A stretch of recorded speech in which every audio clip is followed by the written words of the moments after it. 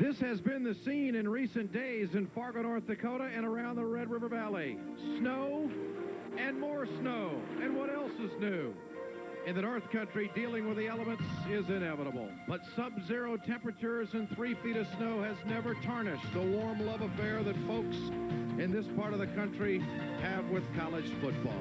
Small college football, it's the best in the nation in Division II football under one roof, taking their step into the spotlight. You are looking live inside the Fargodome in Fargo, North Dakota. It's the first annual Snow Bowl All-Star football game. For the first time in the history of small college football, the best players in the nation are gathered here in the North Country to show their stuff. And what a golden opportunity it is.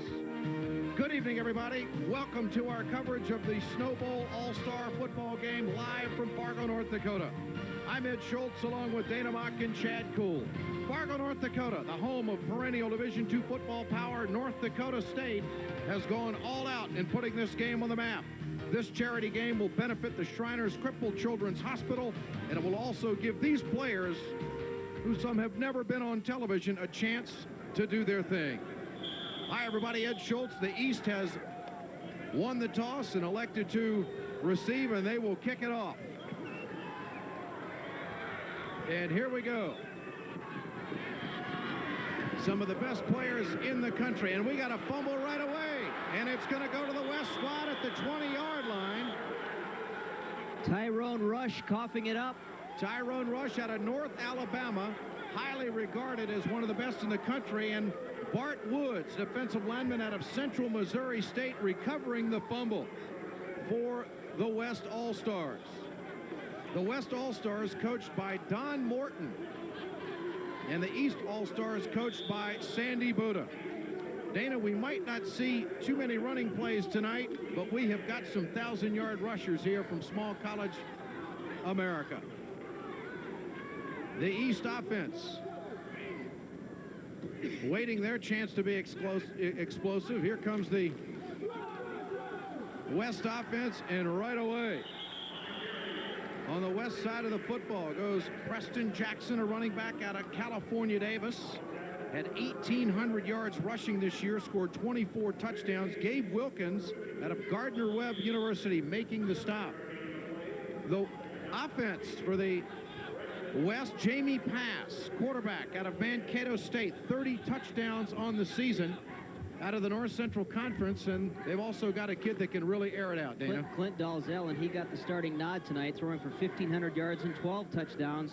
The West is also loaded at running back and wide receiver. Preston Jackson, the man who got his number called on the first play in the first ever Snow Bowl. Preston Jackson, now the quick trap up the middle.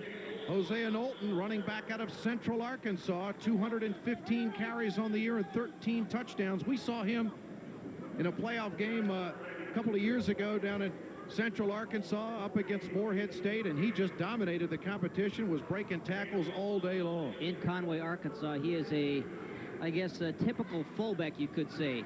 A big set of thighs and legs on him, and he can just move some people. He's an excellent blocker as well. That has impressed some of the NFL scouts here in attendance in Fargo this evening. Tim Hausman in on the stop on that last play from Ashland University. Dalzell out of East Texas State, big kid, 6'5", 190-pounder. And they're going to run it right again. And the bounce play again goes to Preston Jackson out of California Davis. And Jackson with 3,300 career yards out of California Davis. Anthony Abrams from Clark University making the stop. And Dana, he's regarded to be one of the top prospects in this game, Abrams. Spent 3 years at the University of Auburn before transferring to Clark. As a matter of fact, about a week ago, he was to take part in the blue-gray game, but got sick and could not take part, so he is here tonight. 7 sacks on the season for Abrams. He's a good one, and he'll tell you about it, too, won't he? Yeah. Oh, these players, many of them have never played on AstroTurf. Most of them have never played indoors. Dalzell, a quick trap again up the middle, but plenty of defenders there from the East squad. Take your pick. Scott Martin, number 83 out of Millersville University. And again, the man we spoke of, Anthony Abrams out of Clark University, making the stop. And Hosea Knowlton, he drew a crowd at the line of scrimmage. And it's Abrams and Wilkins in there early to mess up the offensive line, and that play just never, ever developed. A quick trap inside, but Abrams was in there almost ready to take the handoff. So it'll be second down and about 14. Second and goal. These teams have had 8 practices getting ready for tonight's ball game. First pass of the game, an underneath screen, and that is complete for big yards down inside the 5-yard line. Rod Smith, wide receiver out of Missouri Southern. Hardy Farr from Grand Valley State making the stop. He coughed up the football. He certainly did, and it's going to go over to the East All-Stars. There was a discussion amongst the officials, not knowing if one official would call him down or if it was, in fact, a fumble. We have no instant replay here. Smith made a living on this in college, at Missouri, this underneath middle screen. Missouri Southern, he certainly did. Excellent wide receiver, a bigger wide receiver, but he gets nailed there, and the ball comes loose. It's Hardy Farr who makes the hit, the safety out of Grand Valley State. Hardy Farr says his college career got a kickstart here in Fargo, North Dakota. 1991, they played outdoors at Dakota Field, which is across the street against North Dakota State. He was just a sophomore at the time, played a whale of a game. So the East All-Stars will take over, and a running back that you're going to hear a lot of tonight, folks, from national champion North Alabama, Tyrone Rush gets the first carry. 1,155 yards rushing this year and 16 touchdowns. This kid has got phenomenal balance and great explosiveness. And he doesn't catch the ball too much, at least not at North Alabama, but he's got excellent hands here. And Michael Mann from Indiana, Pennsylvania, played for Frank Signetti as they made it to the national championship game this year. And this kid, Keith Higdon, out of Cheney State, he averaged 175 yards a game this year, which was best in the nation. So on second down and about 6, again, a quick trap up the middle. Greg Clark got the start at quarterback. He's out of Virginia State, and we've got another loose football and waiting for the officials to make the call. And it's going to stay with the East All-Stars. The West offense was halfway on the field. Now they're turning back and going back. They thought the fumble was theirs for the taking. Greg Clark starting at quarterback for the East. He's out of Virginia State, and he was recruited by a number of Division I colleges, and he's a great athlete, Dana. He could make it as a DB in the NFL, and that's where he's going to get his look. Not necessarily a drop-back quarterback, but he can roll out and he can hurt you. He's got some good wheels. 10:18 remaining, first quarter, third down and 5. We are scoreless, and our first flag of the night as the East and referee Bill Thomas waving off the play.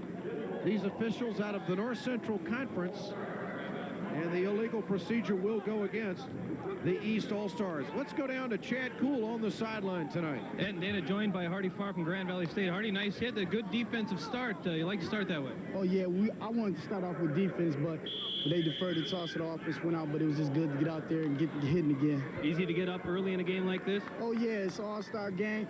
Cream rise to the crop in these games, and I'm here to impress the scouts, you know, and that's what I got to do. All right, Hardy, have a good game. Hardy spoke at the banquet last night, Dana, and he just got up and said a big thank you from all the players in this game to the coaches and the organizers of the first annual Snow Bowl to have the opportunity to showcase themselves in front of the pro scouts. And here comes Fred Lester. Lester, the fullback out of Alabama A&M. Big kid, 6'3", 235, and he is something else going up in there with good speed at 4'4", but his carry is short of the first down, and it will bring up a punting situation. Brent Hansen, defensive back out of the University of North Dakota, making the stop for the West All-Stars on that play. Brent Hansen, one of the players in attendance here who has no aspirations to play professional football. He is upfront and honest about it. He said, I'm here. I'm a good Division II player, but I'll never make it in the pros. As soon as this thing is over, I'm getting a real job in the real world. And Gary Lotsky, the punter from Edinburgh, Pennsylvania, he calls timeout. 9:06 remaining, first quarter. We are scoreless. You're watching the first annual Snow Bowl live from the Fargodome in Fargo, North Dakota.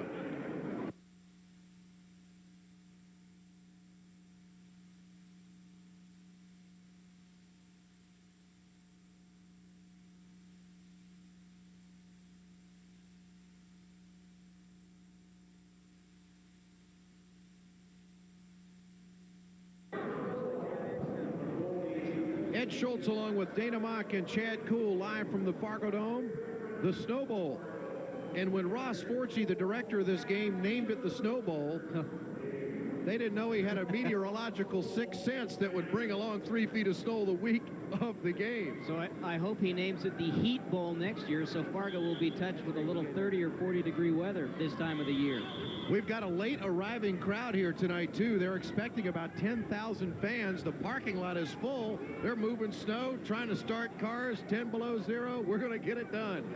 Lotsky in punt formation, and he gets away a dandy. A 40-plus average this year. On the return for the West, Alvin Ashley out of Southwest State, Minnesota. An excellent wide receiver, caught 57 passes this year and making the stop. Antonio Stevenson, a linebacker from Winston-Salem University. And it doesn't snow very much, I guarantee you, down in North Carolina. That has been the one comment from the players this week. They love the hospitality, they love the facility, but they can't understand how people can live in this type of way. I mean, it's going to get to 25 below tonight. Some of these poor Southern boys just had to buy a coat just to make it up here for a week. One came off the airplane wearing a ski mask, looking like he was ready to rob a bank. Never took it off, I think, the first day he was here. Clint Dolzell, quarterback, East Texas State, the boot pass. He's got a man wide open here to the near side and down to the 34-yard line. Hosea Knowlton out of the backfield, out of Central Arkansas, scored 13 touchdowns this year. And Lee Woodall, linebacker from Westchester State University, makes the stop. And this is the one thing the pro scouts want to see, Dana. A little mobility in the quarterback, but also can these kids out of the backfield catch the ball? And a lot of these kids played option football because option football, as of late, has ruled Division II. 13 straight national champions have run the option. That's an amazing statistic. But it was the pass this year that got North Alabama the title. They are an option team, but the pass did get them the Division II national title. More on that at halftime. Clint Dolzell, who missed 3 games this year with a broken thumb, has been throwing the ball extremely well all week long. Here's the counter gap. And right away, making a beautiful stop defensively, is Scott Martin out of Millersville University. Millersville came to Fargo and took on North Dakota State in the playoffs several years ago, and some people are calling that still one of the finest games ever played at Dakota Field. I believe that was 1988. In fact, Millersville had to borrow turf shoes from Penn State because they had never played on AstroTurf before, and maybe there was a lack of respect, but Millersville gave NDSU all it wanted that day. And his coach, Stan Ratu, was certainly glad to see that play. Nice tackle there. It's going to be second down and about 14. Dolzell back to pass. Hits underneath. Ooh, in and out of the hands of the wide receiver in traffic, and a big hit by Lee Woodall out of Westchester State. And Jose Knowlton didn't want any part of that reception. Lee Woodall is one of the players in attendance here that has really turned some scouts' heads.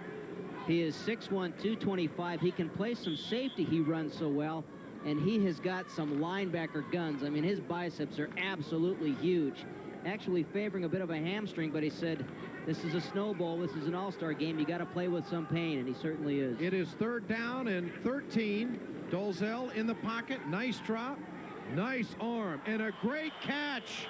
Alvin Ashley, Southwest State, Minnesota, on the post pattern to the 15. First down for the West All-Stars. Scouts use one word for Alvin Ashley, intriguing. Stripped down in front of the scouts on the scale, he weighed 131 pounds. I mean, this is a small wide receiver. Exactly. He has got some quick feet, though. He can dance and he can move. He's taking time off from his college basketball team. He is a starting guard for Southwest State to be in attendance at the Snow Bowl tonight. A lot of people, scouts, some 24 NFL teams represented here this week, over 60 scouts, kind of felt that the East had the edge in talent in this game, but we've seen the West doing some things early on. Knocking on the door at the 15-yard line. And quickly on the bounce play and the cutback goes Preston Jackson out of California Davis and Antonio Stevenson out of Winston-Salem making the stop. Stevenson laid some leather that time on Preston Davis. Holy moly, he gets the crosshairs on him and just floors him. Sends him 3 yards the other way. Scouts will write that down in their notebooks. They certainly will. At halftime, Jim Langer, one of the all-time great offensive linemen, from the National Football League, played with the Miami Dolphins a number of years, all-pro center, played at South Dakota State in his college days, will join us at halftime, and we'll give out the Jim Langer Award, which will go to the best offensive lineman in this game after tonight's ball game. In a quick trap, Henry Caldwell at a Central Missouri State running back led the MIAA in rushing, scoring, and all-purpose yards this year. There's Scotty Fuchs, big tackle out of North Dakota State, who didn't have to travel far to attend this game. He is from the hometown team, North Dakota State, a Kodak Division II first-team All-American. Anthony Abrams making the stop out of Clark University, 6'5", 285. That's big enough. So far, Anthony Abrams, I believe, has been the most impressive player on the field. Dolzell has time underneath, incomplete. So the first time we see pressure tonight out of the drop back formation. Damon Thomas. Zachary, the defensive back, on the coverage out of Bowie State. The intended receiver, Damon Thomas, played for Wayne State. 81 catches this year. Most of those catches coming from a quarterback by the name of Salisbury. Sean, the quarterback for the Vikings, his younger brother, Brett, playing for Wayne State. So we're going to get a field goal. The West Kickers. Lesterud from Missouri Rolla. He's out of Norway, the country of Norway. Excellent kicker this year. And we got a fake. Look at this. This is John Morton football. We've got an incomplete pass down at the 4-yard line. On the coverage was Hardy Farr. They didn't fool anybody, and it's going to go over to the East All-Stars. We are scoreless with 5:31 remaining in the first quarter. You're watching the first annual Snow Bowl, the Division II All-Star football game, live from Fargo, North Dakota.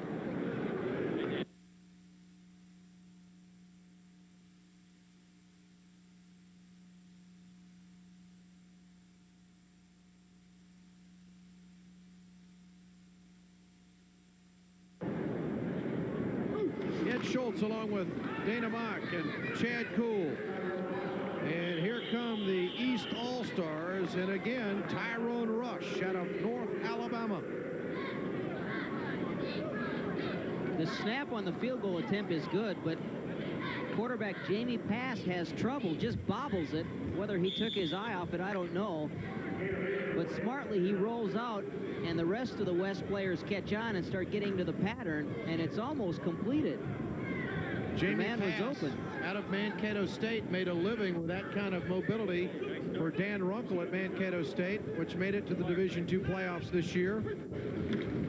And the quick trap up the middle again. Fred Lester out of Alabama A&M, and again making the stop, Rick Cruz out of Portland State for the West defense. Let's go downstairs on the sideline to Chad Kuhl. And Dana, dwarf a little bit here. Anthony Abrams from Clark, Atlanta, and a big start for your defense, back of the wall twice. Anthony, tell me about it. Well, you know, it was time for someone to come in. We needed like a big play right away. So, you know, that's the reason why I'm here, to help this defense win this football game. A lot of pro scouts talking about you. A lot of pressure for you in this game? Yes, there is. I'm supposed to be the top prospect here for the combine and also the 1994 draft. I'm trying to set the tone of things right now. Have a good game, Anthony. And Greg Clark, quarterback out of Virginia State, fumbling the snap on first down. This will bring up a second down and about 12. Ball's going to be spotted at the 22-yard line. Here's Ross Forchie, who is the director of the Snow Bowl. He's doing a little bit of everything. He's a general in the Minnesota National Guard, coached 24 years as the head coach at Morehead State University in Morehead, Minnesota. 9 conference championships, 7 postseason appearances. It is not a reach to call him a legend in this part of the country. Not at all. Greg Clark at quarterback for the East All-Stars. The delay inside, and again, Tyrone Rush, a Harlan Hill finalist. And he brings it up just shy of the 29-yard line. Rush has got some great genes. 3 relatives at one time or currently playing in the National Football League. He is related to Marcus Dupree. He is related to Fred McAfee, currently of the New Orleans Saints. They're first cousins. He also had a relative playing safety for the LA Raiders. Casey Morlock out of the University of Northern Colorado making the stop for the West defense that time. There's Sandy Buddha. We've got a microphone on Sandy. We'll hear him calling plays in just a moment. This will bring up a 3rd down and about 7 from the 28-yard line. And they want to throw the football in a nice completion to Matt Carmen, the wide receiver out of Livingston.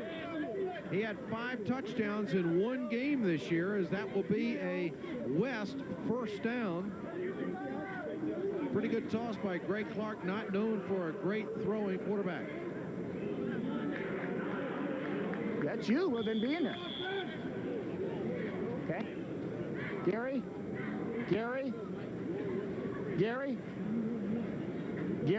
He wants to talk to Gary. I can't get Gary on the phone. Gary. He's up here in the press box. We can get a message to him, Sandy. First down and 10 for the West All-Stars. Clark, the quarterback out of Virginia State. The 3-step drop. And a nice completion here to Calvin Walker out of Valdosta State.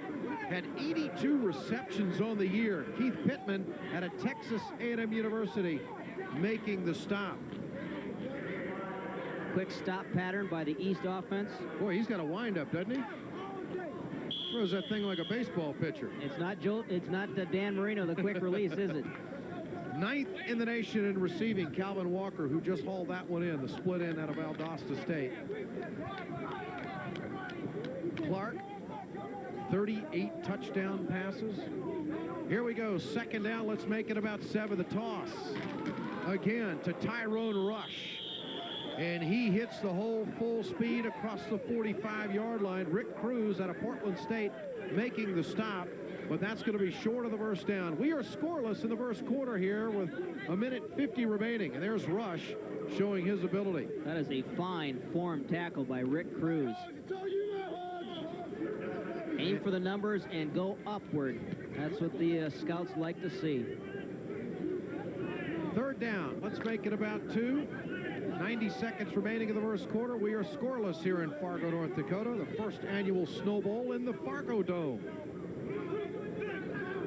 Clark against a 5-man front. Out of the eye, they go again to Tyrone Rush to blast it off tackle, and he'll be just shy of the first down, I believe, or very close to it. Dana would have mentioned that the Jim Langer Award will be given out after tonight's game, and of course, the Harlan Hill Trophy goes out to the best player in Division II football. Like the Outland Trophy in Division I, the Jim Langer Award will be given out to these players, the best player in Division II football on the offensive line, and it's going to be voted on by the working media in this game and also the pro scouts here in the press box tonight. It's the first ever Jim Langer Award. The Harlan Hill was established in 1986. And Jeff Bentram out of North Dakota State won it that year. Johnny Bailey won it the next 3 years. And the East All-Stars pick up a first down.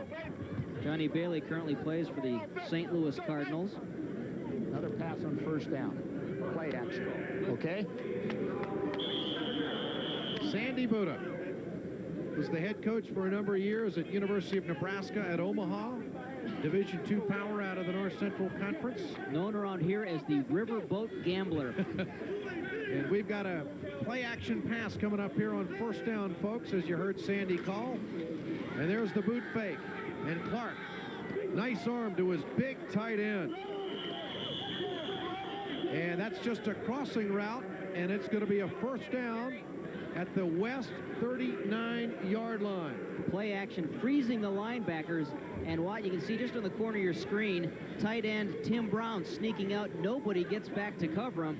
Safety Brent Hansen out of North Dakota has to come up and make the stop. Brown out of Clarion at 6'4", 243, had 53 receptions this year out of his tight end position and was an All-American. He's a big target.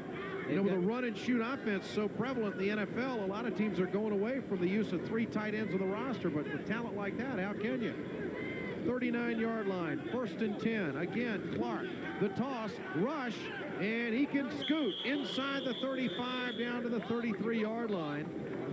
And Bob Green, linebacker out of New Mexico Highlands at 5'10", 250, making the stop. Look at his explosiveness. You know, he is not the fastest man on this field, but you cannot discount that first 2 or 3 steps that Tyrone Rush. He just explodes off the football and can cut on a dime. Green, a good open field tackle on an excellent running back.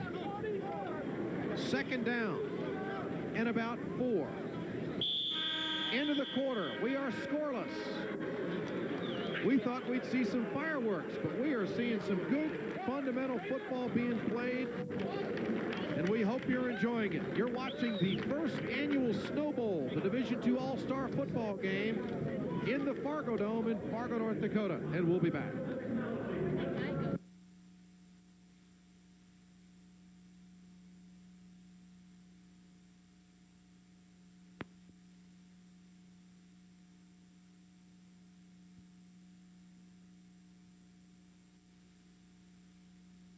Ed Schultz back with Dana Mock and Chad Cool.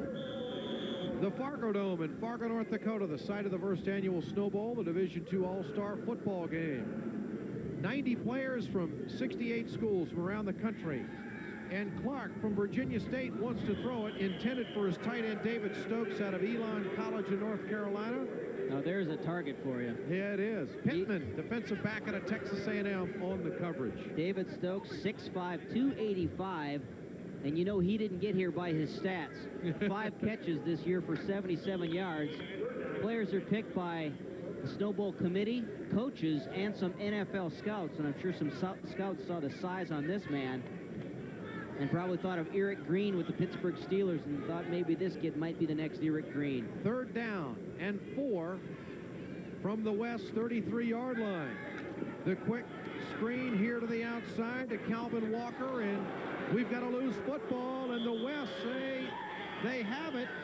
We're waiting the official sign. It will go to the West All-Stars, and Fred Woods from East Texas State making the recovery, and Casey Morlock also in on the play from Northern Colorado. Here's the quick hitch pass. Greg Clark to his wide receiver, Calvin Walker. He gets wrapped up, and it actually goes off the foot of Woods. Dana, don't you think that these players are probably a little bit nervous? Probably seen 3 fumbles tonight here. We're just started the second quarter, and we're scoreless. Talking to them all week long, they all said this is their window of opportunity to impress an NFL scout. And they said they would go full bore in this football game. The intensity level will be high. New quarterback, Jamie Pass out of Mankato State, a Harlan Hill finalist. Got down to the final 3 as the best player in Division II football. And, folks, he can air it out. And he's got great mobility. And he's got a receiver at the 50-yard line. And down the sideline, Johnny Cox, wide receiver, Fort Lewis College. He could go. We've got our first touchdown of the night.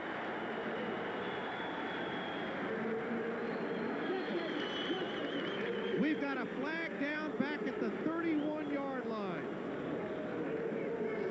Lineman downfield.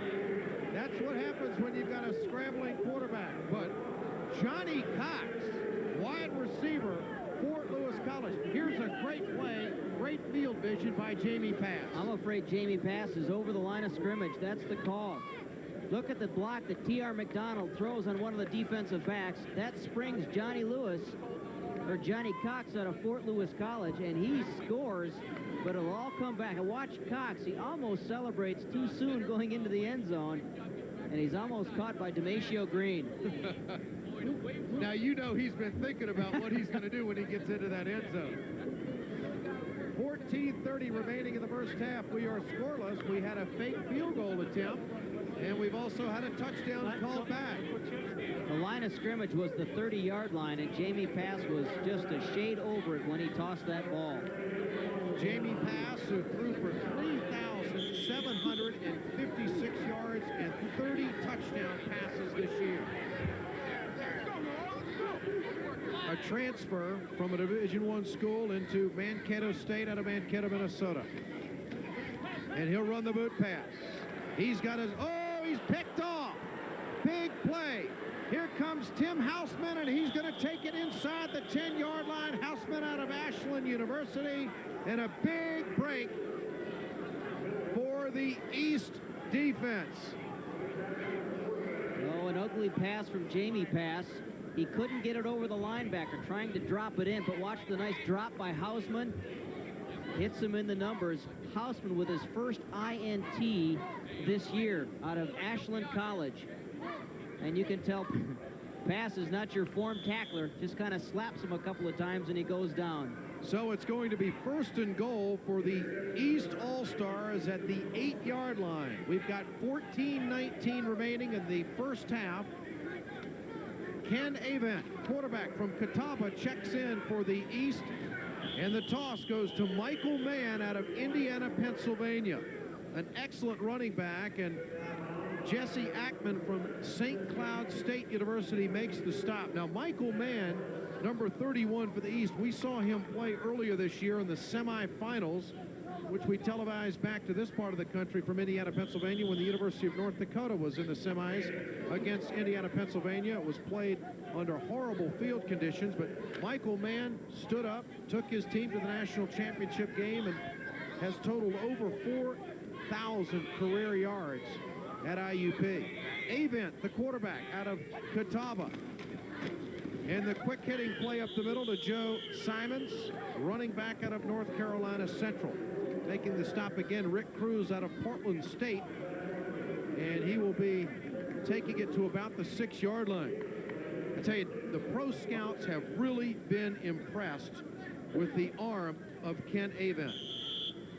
This kid, 6'5", 200 pounds, hit 64% of his passes this year. Sandy Buddha wanted him on this all-star squad because of high percentage. Only played on turf one time in his career and never played inside. Only threw 5 interceptions, and 2 of those were Hail Marys. Avent showing a little bit of mobility. He could score. Takes it in himself. Touchdown for the East All-Stars. And we've got another flag down. Avent, I might add, Dana, is an excellent golfer. He's about an 8 handicap. He didn't bring his clubs to this part of the country for this trip, I'll guarantee you that. We've got a holding penalty against the West. It is declined. Avent's scramble for the touchdown will hold up. And the East All-Stars lead it by a score of 6-0 with 13:26 remaining in the first half. Well, good call, Sandy Buddha, in getting Avent to the East offense. Real cool. He didn't throw for that many yards this year, just under 1,400, but he ran for 605, including 11 touchdowns on the ground. And you saw how he got those 600 yards. That was shades of John Elway right there, that famous quarterback draw that they like to run in Denver. And the point after is good. And Michael Geary from Indiana, Pennsylvania is perfect, and the East All-Stars lead it by a score of 7-0, and we'll be back.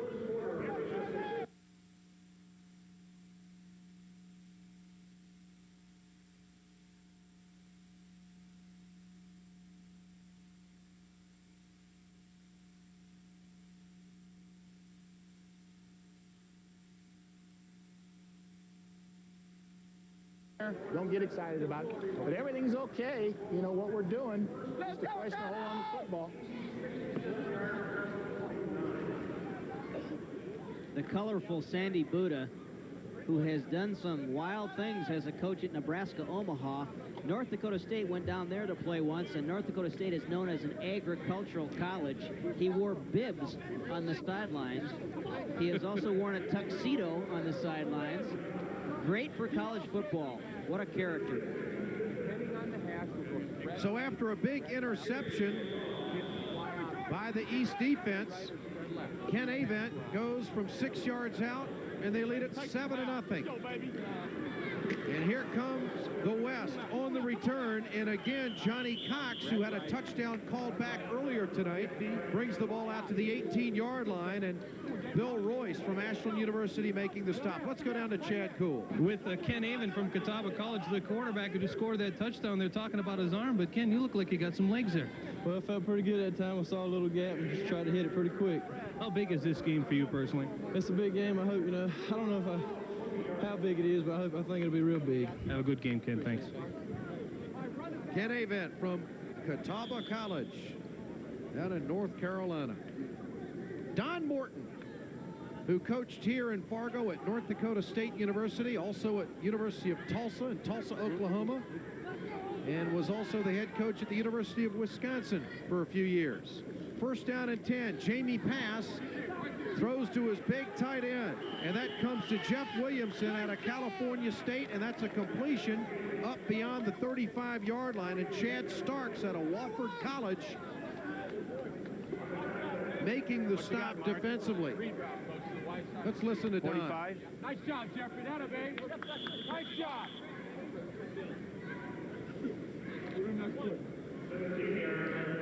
We forgot to tell you, Don doesn't say much on the sideline. Where's Johnny Cox? He knows where Johnny Cox is. He wants to know where that explosive wide receiver is. Jamie Pass throwing on every down. And that ball is caught here on the near sideline to Alvin Ashley, the wide receiver out of Southwest State, Minnesota. Antonio Stevenson, linebacker from Winston-Salem State, making the stop, and that's going to be another West first down. There he found Johnny Cox. Johnny Cox was an all-conference, all-region performer, all-time leader in kickoff returns. Which way? Which side? Yeah, nobody had more kickoff return yardage in the history of Division II football than Johnny Cox. Taught well by Kevin Donnelly and Casey Bradley. Pass, a quick hitter up the middle. Henry Caldwell, running back out of Central Missouri State, met quickly by Anthony Abrams from Clark University. I tell you, this guy goes to the football. All right, there you see the trap block there. We quickly have to come up with another award for a defensive lineman in Division II. Maybe they call it the Phil Hansen Award, who played at North Dakota State and second-round draft choice. The Buffalo Bills has played very well the last 3 years in the NFL, and the Bills are awfully high on him. In fact, the Buffalo Bills have got 5 scouts here at this game and have been here at the practices all week long. Getting a good look at Phil's younger brother, Steve, who is playing in this snowball. Who is considered to be one of the best long snappers in the country. Jamie Pass, plenty of time and mobility. The quick screen to the near side. Charlie Dean out of St. Cloud State was in the top 20 of running backs rushing the football this year. He's got great speed and not known for catching too many passes. They just gave him the football at St. Cloud State, and unfortunately, we've got an injured player from the East All-Star squad. It looks like Ed Fillion, defensive lineman out of Ferris State University. 11:27 remaining here in the first half. East All-Stars leading at 7-0. Here's the play. There's Philly, and you can see him with the gold helmet there. And whether he got cut or rolled up on, it does not look good. He is in a lot of pain, and they, I believe, are looking at his knee. Charlie Dean on the receiving end of that one. We've got a timeout on the field with 11:27 remaining in the first half. The East All-Stars leading the West 7-0. You're watching the first annual Snow Bowl, the Division II All-Star football game in the Fargodome in Fargo, North Dakota.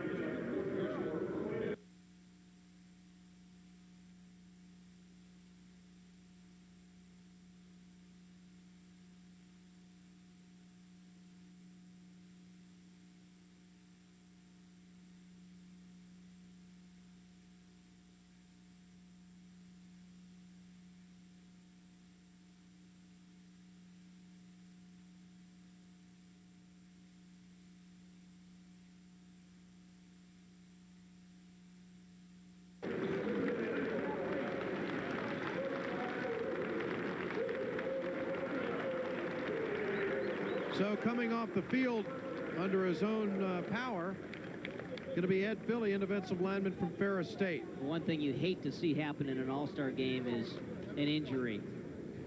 What a rotten way to end an outstanding college football career. Ed Fillion, 29 career sacks, but up under his own power. Maybe he could come back. Maybe it's just a bruise on the knee. Third down and 16 for Jamie Pass and the West All-Star offense from the 44-yard line. Pass. Ooh, he eludes one tackler, and in and out of the hands of the wide receiver, Rod Smith from Missouri Southern. Pass did a nice job of avoiding the sack on the coverage. Gabe Wilkins from Gardner-Webb You can see that pass is pretty strong, and arm tackle won't bring him down. Now he's scrambling again, and the receivers do a nice job of breaking off their patterns and getting open. That was a nice pass to Rod Smith, just hit him between the numbers and bounced away. Smith still would have been short of the first down, though. We're going to see Steve Hansen snap the football. A couple of pro scouts have said he's the best snapper in the country. His brother plays for the Buffalo Bills, Phil Hansen, and we've got a timeout on the field. And we'll do the same. 7-0. The East All-Stars leading with 11:07 remaining in the first half, and we'll be back to Fargo, North Dakota in just a moment.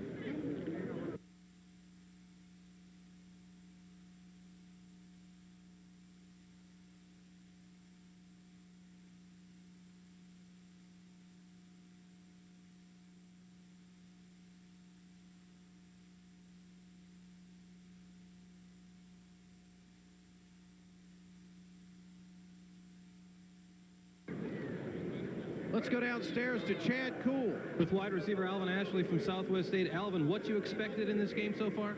Yeah, it's been like that all week. A lot of jawing back and forth on, you know, what certain people are going to do. I mean, it's a fast game, man. There's a lot of hitting out there, you know. Like I said before, I'm just trying to catch the ball, get what I can, and try to avoid that hard hitting. Have a good game, Alvin. Chris Carter in punt formation out of Henderson State gathers a nice snap, and he gets off a dandy. Averaged 43 yards a punt this year.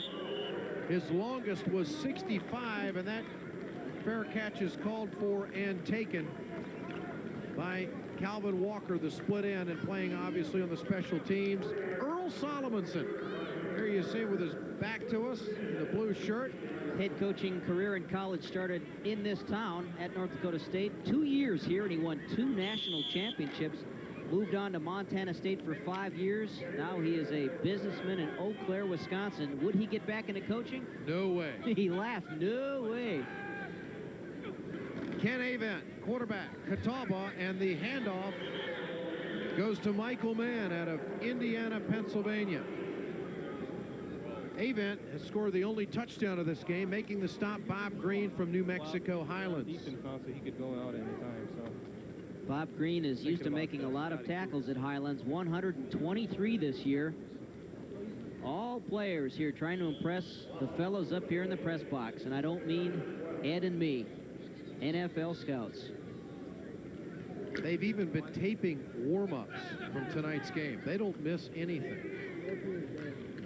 Avent, the quarterback, Catawba College, North Carolina. The 3-step drop, and he'll have to move a little bit, and he can be dangerous out of the pocket and up to the 20-yard line. Avent short of the first down, but making something out of nothing. And just one receiver on this side of the field, and that was Mike Reagan out of Wingate College. And there was excellent coverage by the West, and he just could not break off his pattern. Avent never did find anybody open and had to scramble. Casey McCullough from University of South Dakota making the stop, along with Bart Woods from Central Missouri State. 3rd down. Let's make it about 6. 9:40 remaining, first half action. 7-0. The East All-Stars leading the West, and the East with the football. Avent, the slant, and just out in front of the outstretched hands of the wide receiver, Mike Reagan, wide receiver from Wingate College, had 61 receptions this year. James Hardy from Fort Hays State in on the coverage for the West All-Stars. So going in punt formation now for the East All-Stars will be Gary Latotsky from Edinburgh, Pennsylvania. He'll be standing at his own 5-yard line. Averaged 39 yards a punt this year. Holds it kind of low, but he gets off a dandy. And this one's going to be taken by Alvin Ashley at the 40, and he's got an open field. Very dangerous across the 50 to the 45-yard line of the East All-Stars. So the West will take over 1st and 10. And let's see if we see Jamie Pass again out of Mankato State. Michael Mann from Indiana, Pennsylvania, making the stop on Ashley on the punt return. Look at the moves from Ashley. Right, left, then back right. Watch Michael Mann, a running back, bring him down with one arm. That's 131 pounds for you. You can't break those arm tackles. But he is lightning in a bottle. You never know. He could be an arena ball prospect. They have some arena football scouts here. They also have Canadian football scouts along with the National Football Leaguers. Back in at quarterback, Clint Dolezal, and he finds his tight end across the middle to the 31-yard line. Brent Hausman, the tight end from Bemidji State at 6'4", 240. And on the stop that time was Bill Royce from Ashland University. Look how patient, waiting for this pass play to develop, and Huseman finally finds the gap, gets rid of the linebacker. Dolezal's hit 4 of 6 for 58 yards tonight, and a lot of those have been in the teeth of the coverage. It's going to be first down and 10 from the 32-yard line. Dolezal out of East Texas State. Again, to the near sideline, he finds Johnny Cox. I think he's just doing what Don Morton's telling him to do. He says, you know that little guy that can scoot like a water bug? You want to get him the football, Clint. Dolezal is a man the scouts really want to get a look at because he missed 3 games this year with a broken thumb, so his numbers are not all that impressive. That's pretty good coverage. He did manage 12 touchdowns in the games he did play in. Thomas Beer from Wayne State University, Michigan, making the stop of the coverage that time. And we're going to have to back this one up. We've got a penalty. 8:42 remaining first half. It will be a legal procedure against the West offense. So Clint Dolezal, who has been pretty hot tonight and threw for 12 touchdowns this year, is going to be faced with a first down and 15.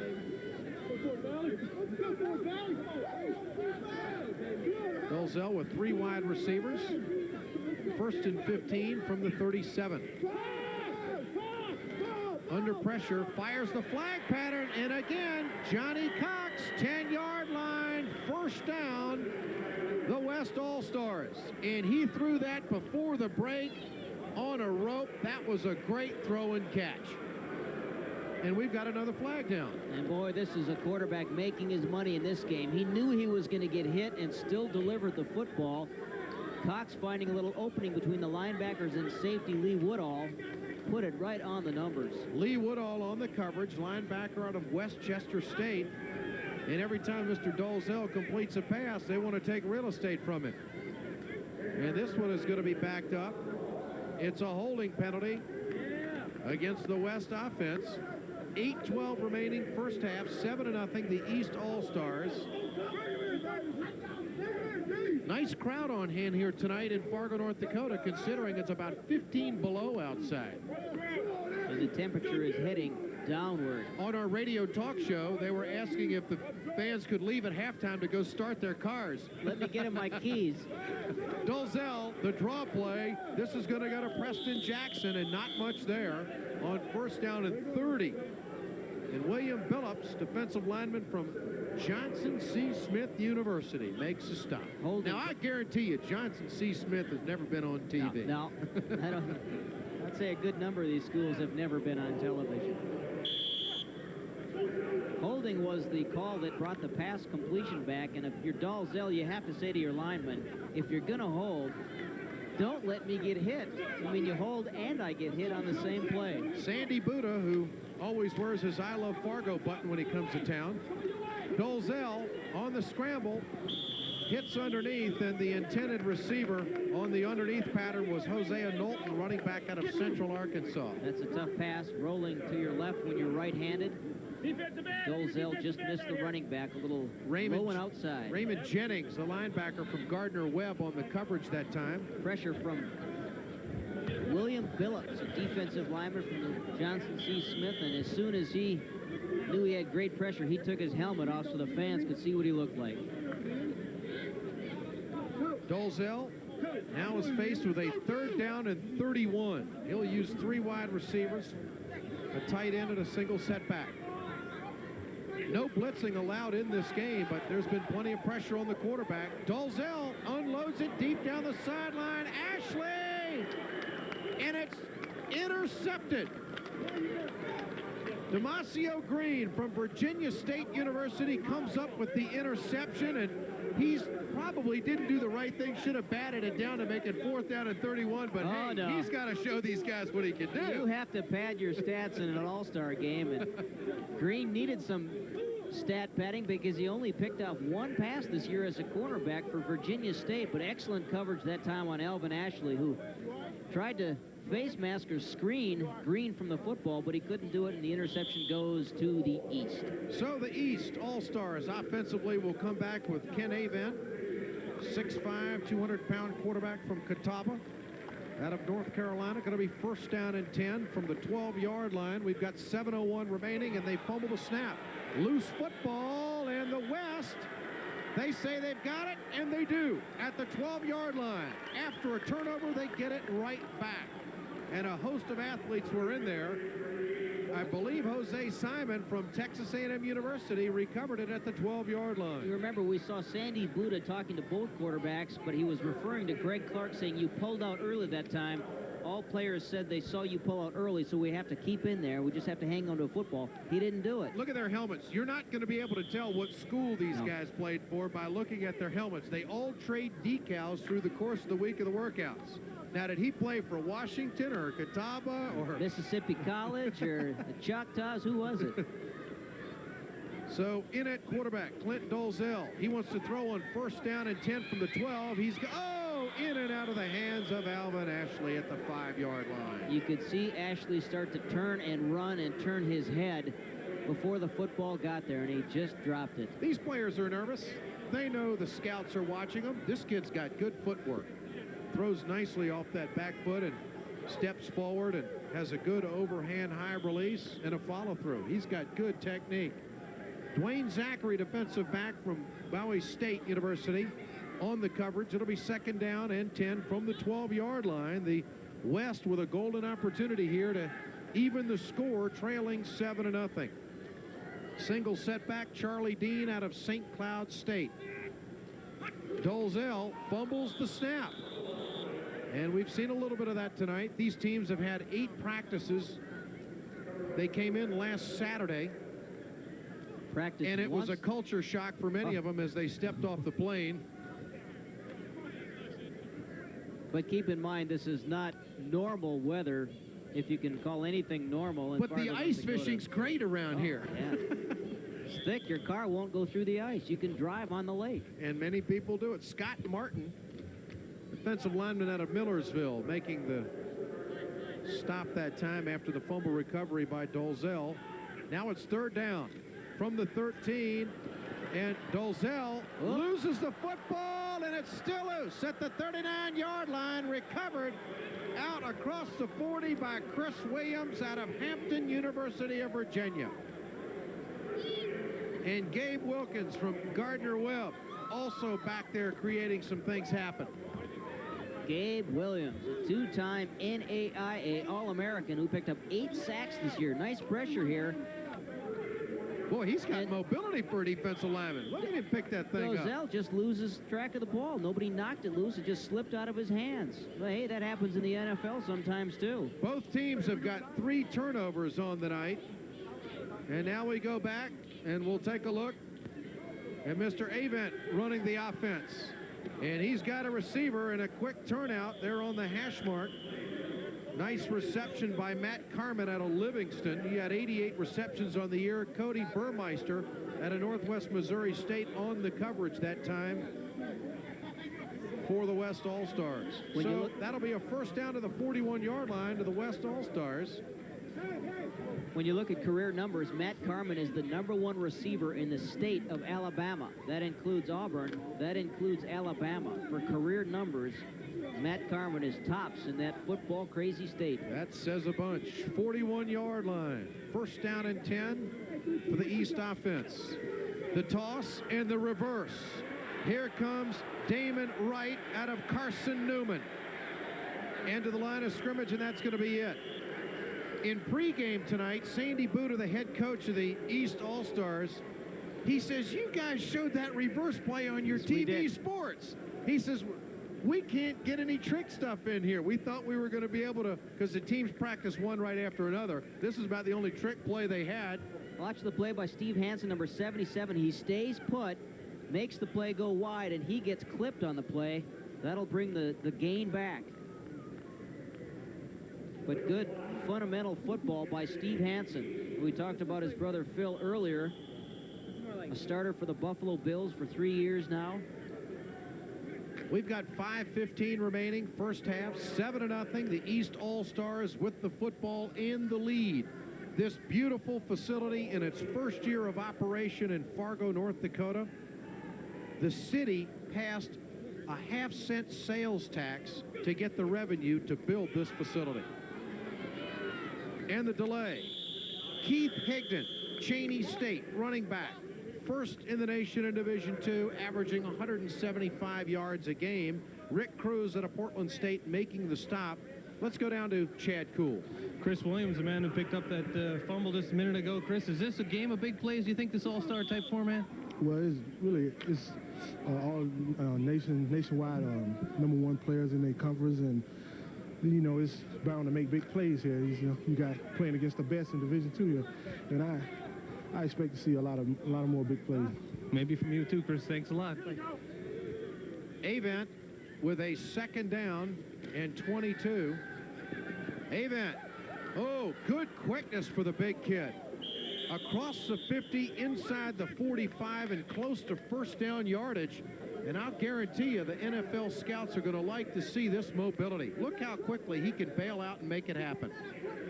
You see Avent standing on the sidelines, and you wouldn't think he was a very good or very mobile quarterback, but he certainly has showed us something tonight. Aaron Mata from Fort Hays State at his defensive tackle spot at 6'2", 283, making the stop. 3rd down. Let's make it about 12. 3:33 remaining here in the first half. It's 7-0. The East All-Stars leading. And they've got the football. Avent. He'll have to bail out again. They set up the screen to the near side, and they tried to hit Keith Higdon, but it was well read by the West All-Stars. Ron Burton, linebacker out of Missouri Southern, was there to mix up the play, and that will bring up a 4th down for the East All-Stars. And Ken Avent, who has scored the only touchdown of this game, comes to the sideline to reaffirm his position with Sandy Buddha as the offense stalls at the 43-yard line in West Territory. In punt formation now, Greg Lotsky from Edinburgh, Pennsylvania, averaged 39 yards a punt this year. He'll be standing at his own 42. Nobody is back for the West squad. They're going to let this one bounce. And Lotsky going for the coffin corner, and this might impress somebody. And it lands at about the 18, and it will die at about the 20-yard line. So the West All-Stars will take over offensively, trailing 7-0. And we'll be back. You're watching the first annual Snow Bowl live from Fargo, North Dakota.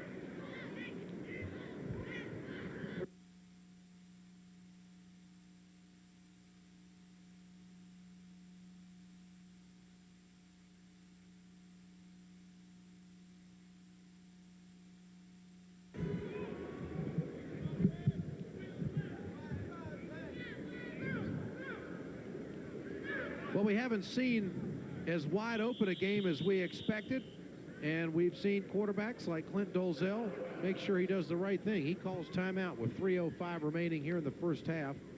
Their team trailing 7-0. The Fargodome, as I had mentioned to you earlier, You can still run it. this community passed a half-cent sales tax to build this $50 million multi-purpose facility.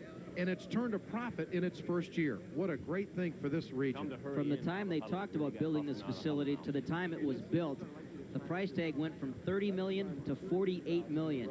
Let's go to Don Morton on the sideline as they talk about what they want to do.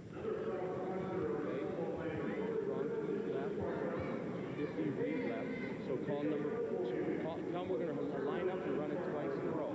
Number 45. Call when I'm ready if you want. No huddle. Would Don Morton have the no huddle in just 8 practices? The last time Mort coached in Fargo for North Dakota State, he threw the ball maybe 8 times a game. I mean, it was option football. He made the veer famous. He and Jim Wacker co-authored a book on the veer offense. And he had a great wide receiver in Stacy Robinson, who ended up as a second-round draft choice to the New York Giants. Probably had more yards on the reverse than he did throwing the football, though. Dolezal on first down. And he wants to throw a screen, and he ends up throwing that one in the cheap seats. Anthony Abrams, who came into this game highly touted by the scouts, is just causing all kinds of problems. They can't handle the kid. Now we know why he got an invitation to the blue-gray game. I mean, the offensive line for the West absolutely can't handle him. He's all over the football field. And we should mention that the pro scouts have been very impressed with the work ethic of these Division II players here for this all-star game. And they have worked this week. 2-a-day practices, Monday, Tuesday, and Wednesday. Some of the players complaining about bumps and bruises. Second down and 10. Yeah, there was no half go in any of these practices with pro scouts watching. Dolezal fires across the middle. That ball's incomplete. Intended for Alvin Ashley, the wide receiver out of Southwest State, Minnesota.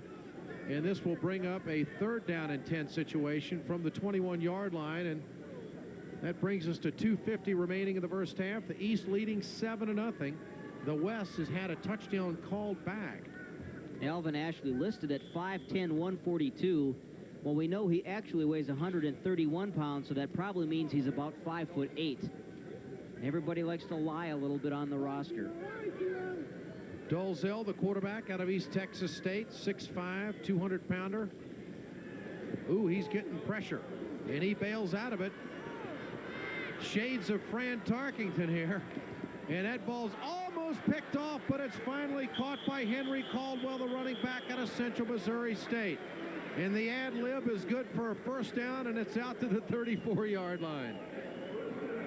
And Lee Woodall, the linebacker from Westchester State, on the coverage. This is excellent mobility for a tall kid. Dolezal did not know where he was going, but finally found a man. But it was the wrong man. Lee Woodall almost with the interception, but it goes right to Henry Caldwell from Central Missouri State. Caldwell can catch the football. He caught 26 passes there. In fact, led the MIAA in rushing, scoring, and all-purpose yards. 2:22 remaining, first half, 7-0, East leading. The West with a football. Clint Dolezal, the quarterback out of East Texas State. The deep sideline, and that ball is caught by T.R. McDonald out of North Dakota State. The hometown favorite here playing, and that draws a big reaction from the locals as Lee Woodall, the linebacker, making the stop. And T.R. McDonald, I think he's going to get a standing ovation here from the fans in Fargo. He had a fabulous career at wide receiver at North Dakota State. Broke all the career records for the Bison, and it's not a stretch to call T.R. McDonald a living legend. He made some fabulous catches this year. Not the fastest man, but he has a unique way of coming down with a football when he is one-on-one or one-on-two. Sometimes this year one-on-3. T.R. McDonald would bring down the football. T.R. McDonald, in an option offense, they'd put him at split end. They'd have to double cover him. They'd run option the other way. T.R. 10 against their 9. Admitted this week of practice has been a learning process for him. He felt like a rookie again. Dolezal has to step up under pressure, and he bails out, and he'll have some room across the 45 and down to the 41-yard line for a pickup of 8 yards.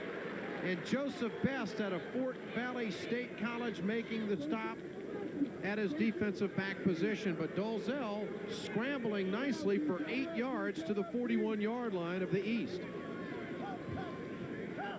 In all-star games, at least in this one, there is no blitzing allowed. You can only rush 4 people. I know Anthony Abrams is probably worth 2 himself, but that time there was pretty good protection. He closed the gap in a hurry on Dolezal. Otherwise, it could have been much more yards there. He had. Here comes Dolezal. He throws the flag pattern. That ball is caught and out of bounds at the 13-yard line. Rod Smith, Missouri Southern, 63 receptions on the year. And he threw the ball pretty well, too, on reverse passes. Tell Sandy Buddha we also showed the West doing some trickery at practice. We had Rod Smith with the wide receiver around and pass. In fact, Smith this year was 4 of 9 for 154 yards, but he threw 3 interceptions. So the West knocking on the door with 1:17 remaining in the first half. And this was an excellent drive, which started on their own 21, and now they're down to the 13-yard line, 1st down and 10 in East territory. The West driving, Clint Dalzell with a couple of big completions here, and he'll air it out again. Looks like a blitz by the outside linebacker, and this is going to be a sack and a nice play by Antonio Stevenson, the linebacker from Winston-Salem State. And the coaches on the West squad are upset because that was a blitz by the outside linebacker. They're not supposed to do that in this game. Sandy Buddha, during the week, wanted blitzing allowed, and the coaches from the West said they don't want it because they want it to be a wide-open affair. They want fans to enjoy it and come back next year. Now I think you're going to have Don Morton. I think he had a beef with the officials, and I don't know if they had a ruling on the play or not. Don's going to come over and talk to Sandy and say, now, what are the rules here? Are we going to blitz or are we not going to blitz?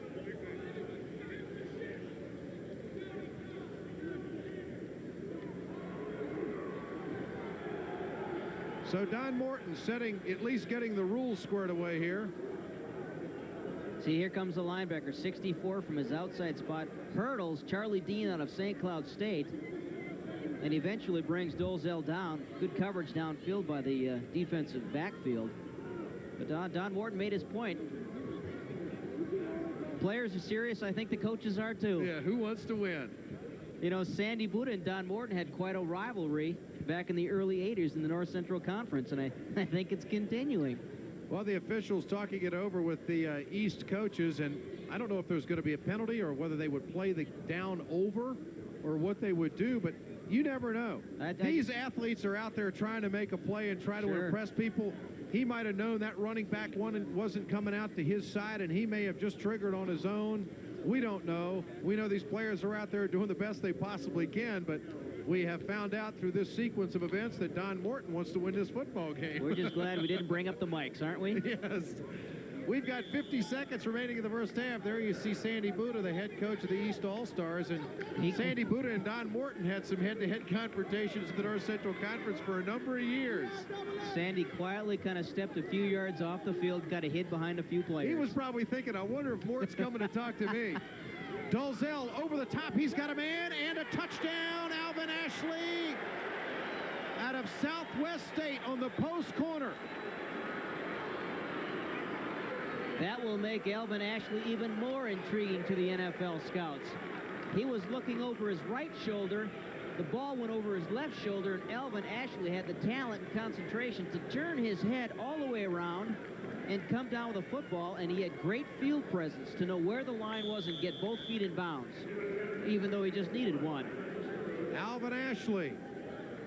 And now Sandy Buddha's football team may be looking at a tie score as Sandy the West All-Stars will come in with Listerud, the place kicker, who was 20 out of 22 this season. He's out of Missouri-Rolla. And we are tied at 7. With 45 seconds remaining here in the first half, the first annual Snow Bowl, which brings in the best football players in Division II football, and here's a dandy on a post corner, Alvin Ashley.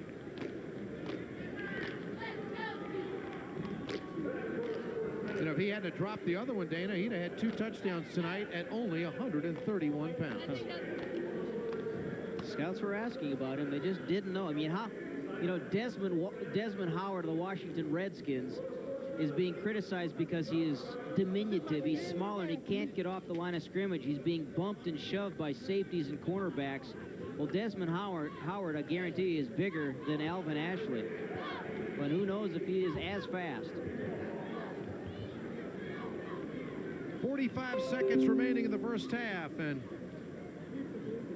even Listerud will kick it away as it's teed up at the 35-yard line. And let's see if we can get a good return here by some of the All-Stars from the East. Tyrone Rush across the 25 and out to the 30-yard line. And a lot of these players know, Dana, that being from the Division II ranks, one of their best shots of making it in the NFL would be on special teams, so these players aren't going to pass up any opportunity whatsoever. They have all volunteered. Normally, you don't want to play on special teams. You like to save yourself for the offense, the defense. All players this week, when coaches asked who would like to do punt returns, who would like to do kickoff returns, they all raised their hands. You couldn't turn enough down.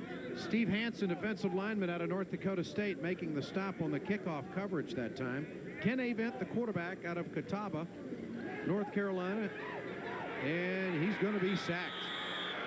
Not much time there. Back at the 25-yard line, Herman Smith out of Portland State, 6'5", 250 defensive lineman on the sack. Portland State annually making the Division II playoffs. Steve Hansen also in there for the West All-Stars out of North Dakota State. Brother Phil plays for the Buffalo Bills. As you see the time left, we may have seen our last play here in the first half. I think we have. We are tied at 7. The East All-Stars and the West All-Stars. Ken Avent, I don't believe he's going to be able to. Oh, he does. He gets it off just in time as the draw play comes up the middle, and for nice yards goes Joe Simons, the running back out of North Carolina Central. And he was 4th in the nation in Division II rushing this year. So we're at halftime. The East All-Stars 7, the West All-Stars 7. This is the first annual Snow Bowl. And let's go down to Chad Kuhl on the field with head coach Sandy Buddha of the East All-Stars. Sandy, a half under your belt. What do you think of this All-Star deal? Well, it's good. We were moving the ball good. We've been our worst enemy. We've turned the ball over 3 times, or we'd have some more points. But, you know, it's fun out here. Got a good crowd tonight, and we got some players that are excited to play football up here in Fargo, North Dakota. And we'll go in the second half and try to, iron out our mistakes and maybe light up the scoreboard some more. Obviously, we all saw Don Morton come across the field. Was that a player's decision on that move there? I really don't know what happened. He came over and talked to Ross Forte. The defense was in there, so I don't know what he was talking about. Tell me about the second half. Obviously, it's got to be tough with 50 All-Stars to get all these kids some equal time. Well, that's what we're trying to do, is get everybody in the game and get everybody the football. So this is not normally a regular game plan where you try to pound it, soften people up, do things. You're trying to get everybody the football. So consequently, I've done some things the first half that I might not do if this was a regular scheduled game and there was a next week and there were alumni. So, but that's what the All-Star Game's all about, is get everybody the football and let them do their thing. Maybe see a little bit more of that gambling, some of those trick plays that second half. What do you think? Well, I hope so. One reverse, it didn't work. We've had a couple other things called, and we fumbled the football. So, we'll open it up second half. Sandy, good luck the second half. Thank you.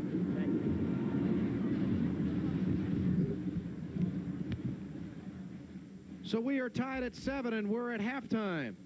Ed Schultz along with Dana Mock and Chad Kuhl and Clint Dalzell evening the score with a touchdown pass on the post corner to Alvin Ashley out of Southwest State of Minnesota.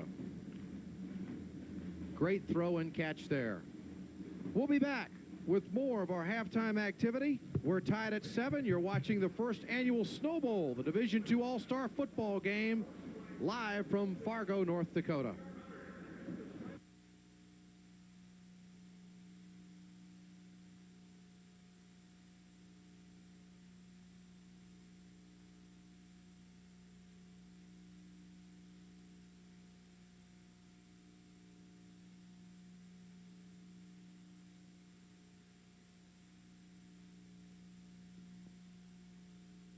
Welcome back to the Fargodome in Fargo, North Dakota. Ed Schultz with you at halftime with one of the all-time great offensive linemen who played in the National Football League for 12 years, 10 of those years with the Miami Dolphins, Jim Langer. Jim, from South Dakota State, a Division II player, you've got to be pretty proud to see these athletes get the opportunity.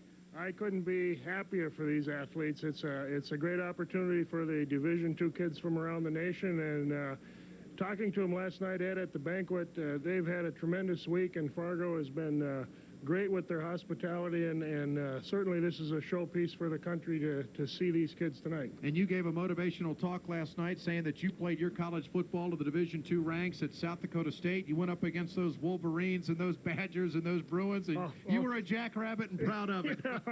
All kinds of animals out there, and And Jackrabbit certainly wasn't ferocious. I caught a lot of heat for that mascot, but it stood up well, and it was fun talking to the boys about the different things we used to do. Jim, many years all-pro offensive lineman, played for Don Shula of the Miami Dolphins, played on 3 Super Bowl teams, that great undefeated team of 1972 that went undefeated. They'll be giving out after this football game the first annual Jim Langer Award, which will go to the best offensive lineman in Division II football. That's got to be quite a tribute to you. It's a great honor to me personally, and certainly the American Football Coaches Association for putting this together with my name on it. It is something that lasts a long time, and when you think of the permanency of that award, it's very special. Jim, there's 24 NFL teams here this week watching these players work out. We've got 64 schools represented, 90 players. Your impression of the first half, do you see some prospects? Oh, absolutely. I was talking to some of the scouts before the game, and they are pretty much in agreement. There's probably in the mid-20s that they figure have a pretty good opportunity to certainly go to a camp and make a good showing. So I think there's more teams represented here than the blue-gray game, excuse me. I think that represents about 40 universities. And that's what I'm excited about for the Division II kids. We didn't have this opportunity to come together and let the scouts look at you for a week, and this is a real opportunity for them. Well, this is an educational experience, too. Not only do we have the incredible weather outside of 15 below, appropriately named the Snow Bowl with 3 feet on the ground, but we've got kids who've never played on AstroTurf. We've got kids who've never been interviewed on television. We've got kids who've never played in a dome. So this is what it's all about. A lot of them bought their first jacket this week, and you know, they've always probably heard the wind chills in the minus 50 below, but of course we're used to it up here, and actually it's a pretty mild day, I think, in terms of some of the Minnesota weather we see. But they've had a great week. Jim Langer, one of the all-time greats out of the National Football League, all-pro performer, played for the Miami Dolphins, and at the end of this game tonight they'll be awarding the Jim Langer Award, which goes out to the best offensive lineman in Division II football, which will be voted on by the folks in the press box tonight and the professional scouts. You're watching the Snow Bowl live from Fargo, North Dakota. Stay with us. We'll be back. We are tied at halftime at 7.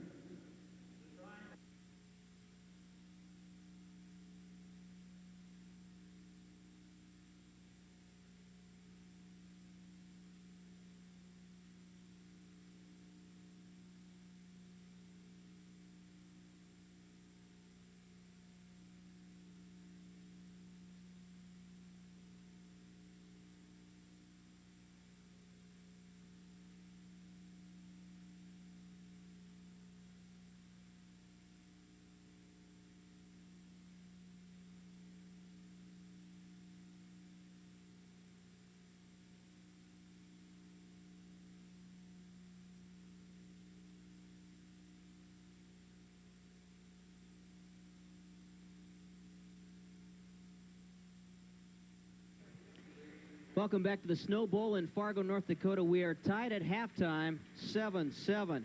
Beginning of this year, 143 Division II football teams started the season with one goal in mind, and that was advancing to Florence, Alabama in the Division II national title game. 2 teams made it, Indiana of Pennsylvania and North Alabama. It produced one of the most memorable Division II title games ever. Top-ranked North Alabama opened the scoring. Demetrius Shelton scoring from 5 yards out on a fake field goal. The Lions built their lead to 14-3 when Harlan Hill finalist Tyrone Rush capped an 80-yard drive with this 7-yard touchdown run. North Alabama led at half 14-10. It got wild in the second half. IUP scoring 14 points in the third quarter. Quarterback Scott Woods hitting Theo Turner from 24 yards out, and the Indians led 24-14. North Alabama then scored 27 points in the fourth quarter. Running back Brian Satterfield scoring twice. His second touchdown, a 20-yarder, giving the Lions a 34-24 lead. It was not safe. 20-yard run. With 45 seconds left, IUP settled for a game-tying field goal by Michael Geary. It's good. IUP up 10, down 10. They're now even. Option football then took a back seat to the pass for North Alabama. Quarterback Cody Gross hitting Demetrius Shelton down the sideline, the play down to the 1-yard line. With 10 seconds left, Gross capped a perfect season for the Lions. North Alabama beating IUP 41-34 for the Division II National Championship. What a wild game.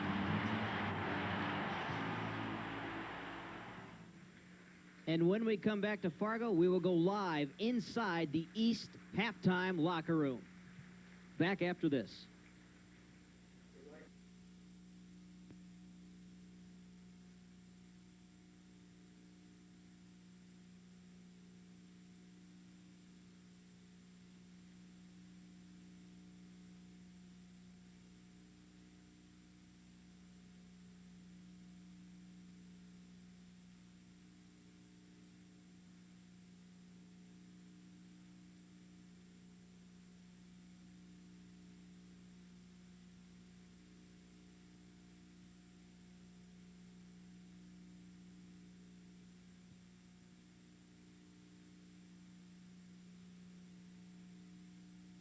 Here's a live look at the East locker room and head coach Sandy Buddha at the board. Get on upfield, break the post, and then go to the corner.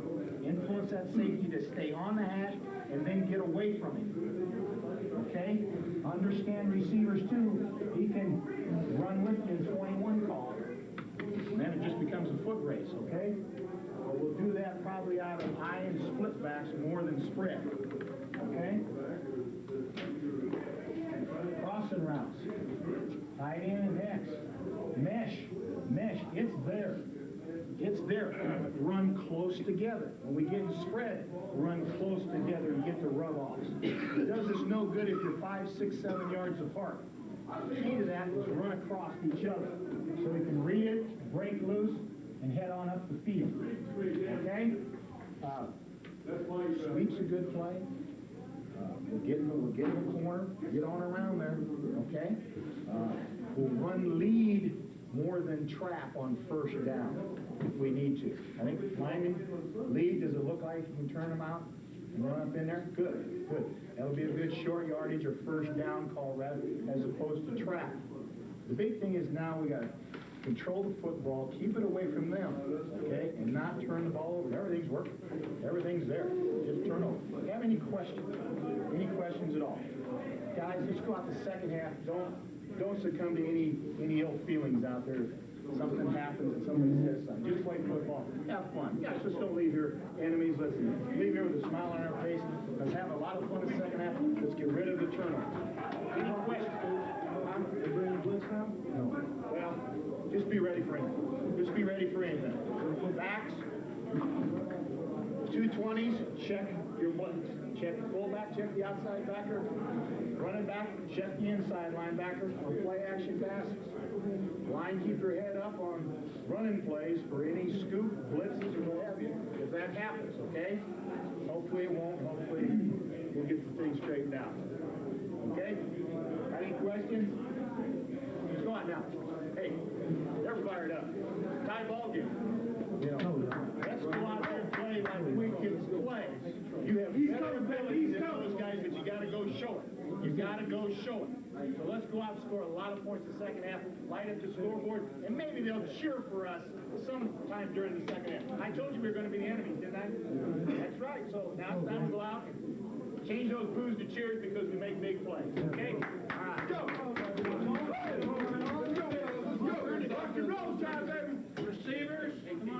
Head coach Sandy Buddha Xing and O'ing at the chalkboard, trying to produce an East victory in the first ever Snow Bowl.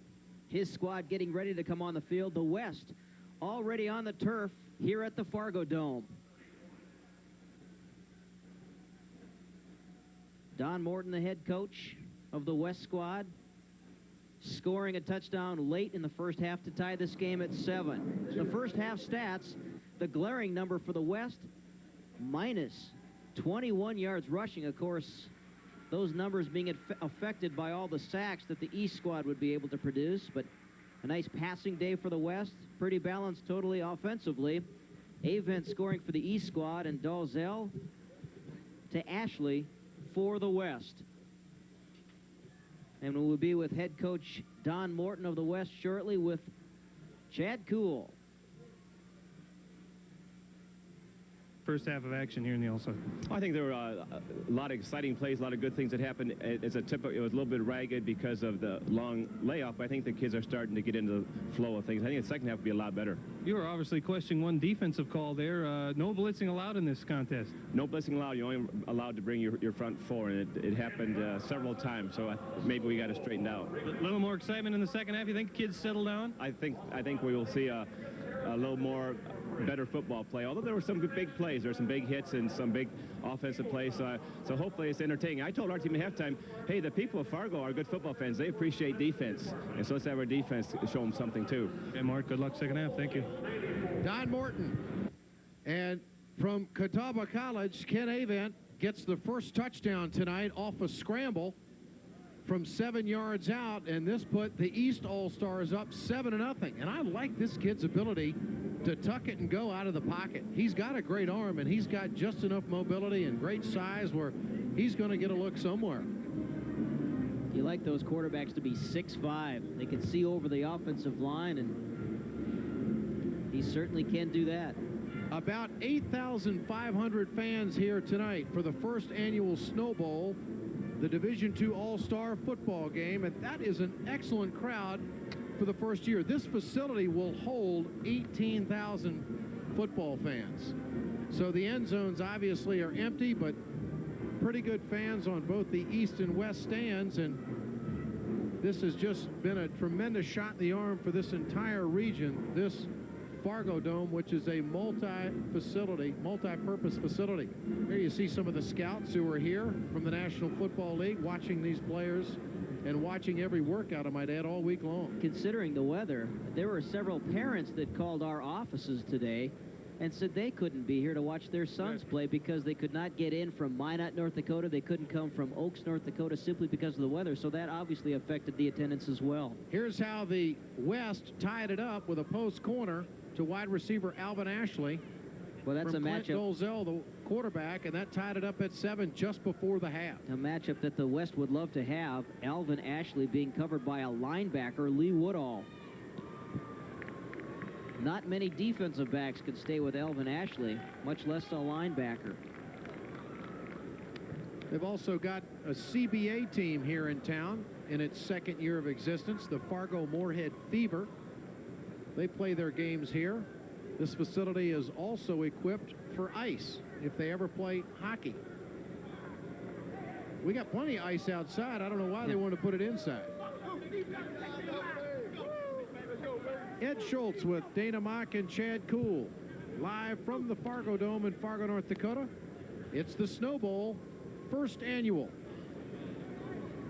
And people behind the scenes, the man who spearheaded the effort was Ross Forchie, the head football coach for 24 years at Moorhead State University. This was his first year out of coaching. He's also a general in the Minnesota National Guard. And he organized this. This was his dream. He originally wanted to hold this game in the Metrodome in Minneapolis, Minnesota. He was talking about a Division II All-Star game some 6 years ago. And then when the plans were on the table to build this facility in Fargo, they held off and organized and got people together, and the enthusiasm from the Division II coaches and administrators from around the country has just been overwhelmingly in favor of support of this football game. See the official, Mr. Bill Thomas.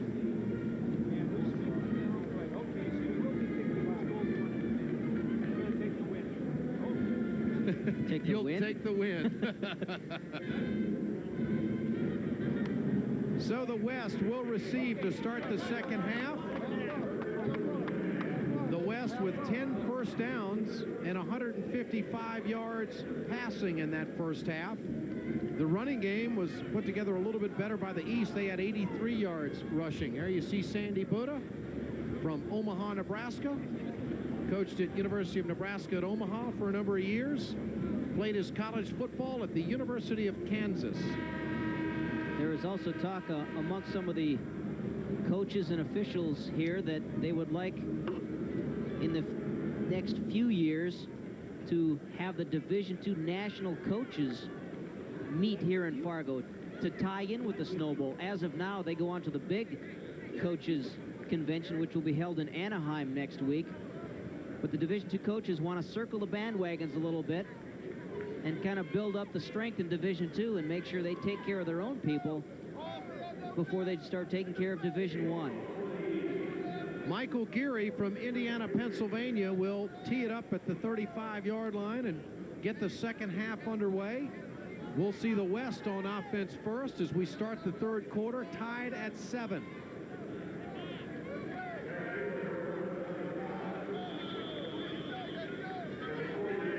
And Geary to the football and a dandy kick.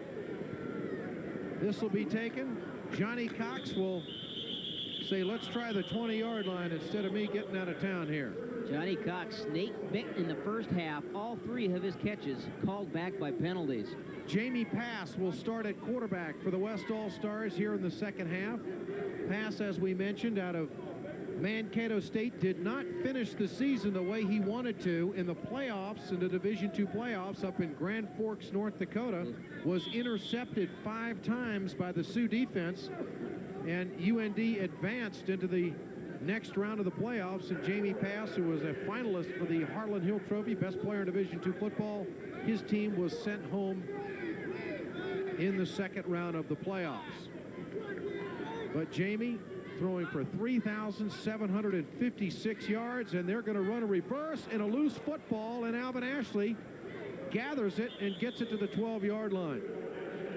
And on the stop, Anthony Abrams. Abrams just having an outstanding evening here, and he will get a look big time in the big leagues. Surprised they didn't do a handoff there. Why a pitch? That's the play they were working on in practice. We showed it the other day on our sportscast. And maybe Sandy Buddha caught that one too and was scouting it and had that one snuffed out. So Jamie Pass will show up with Preston Jackson in the fullback position for the West All-Stars. He has 2 wide receivers to the left of the formation, and whoa! Look at that penetration at the line of scrimmage. Anthony Abrams, unbelievable the way he came across that line of scrimmage. I know we're going to be seeing this kid on Sunday afternoons. Look how he comes across that line. Jamie Pass had no chance. This young man, Mr. Abrams, is certainly a cut above some of the Division II All-Stars in attendance here today. Clark University absolutely dominating the competition. And that really is the phrase that a lot of these pro scouts will use.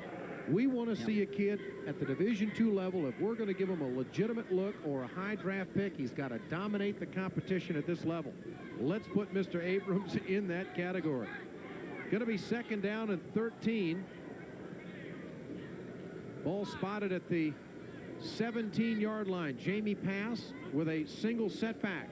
He'll throw it, and he'll bail out first. And making the stop, Antonio Stevenson out of Winston-Salem University, out of the CIAA. Another player on that East defense who has been standing out, at least in our eyes.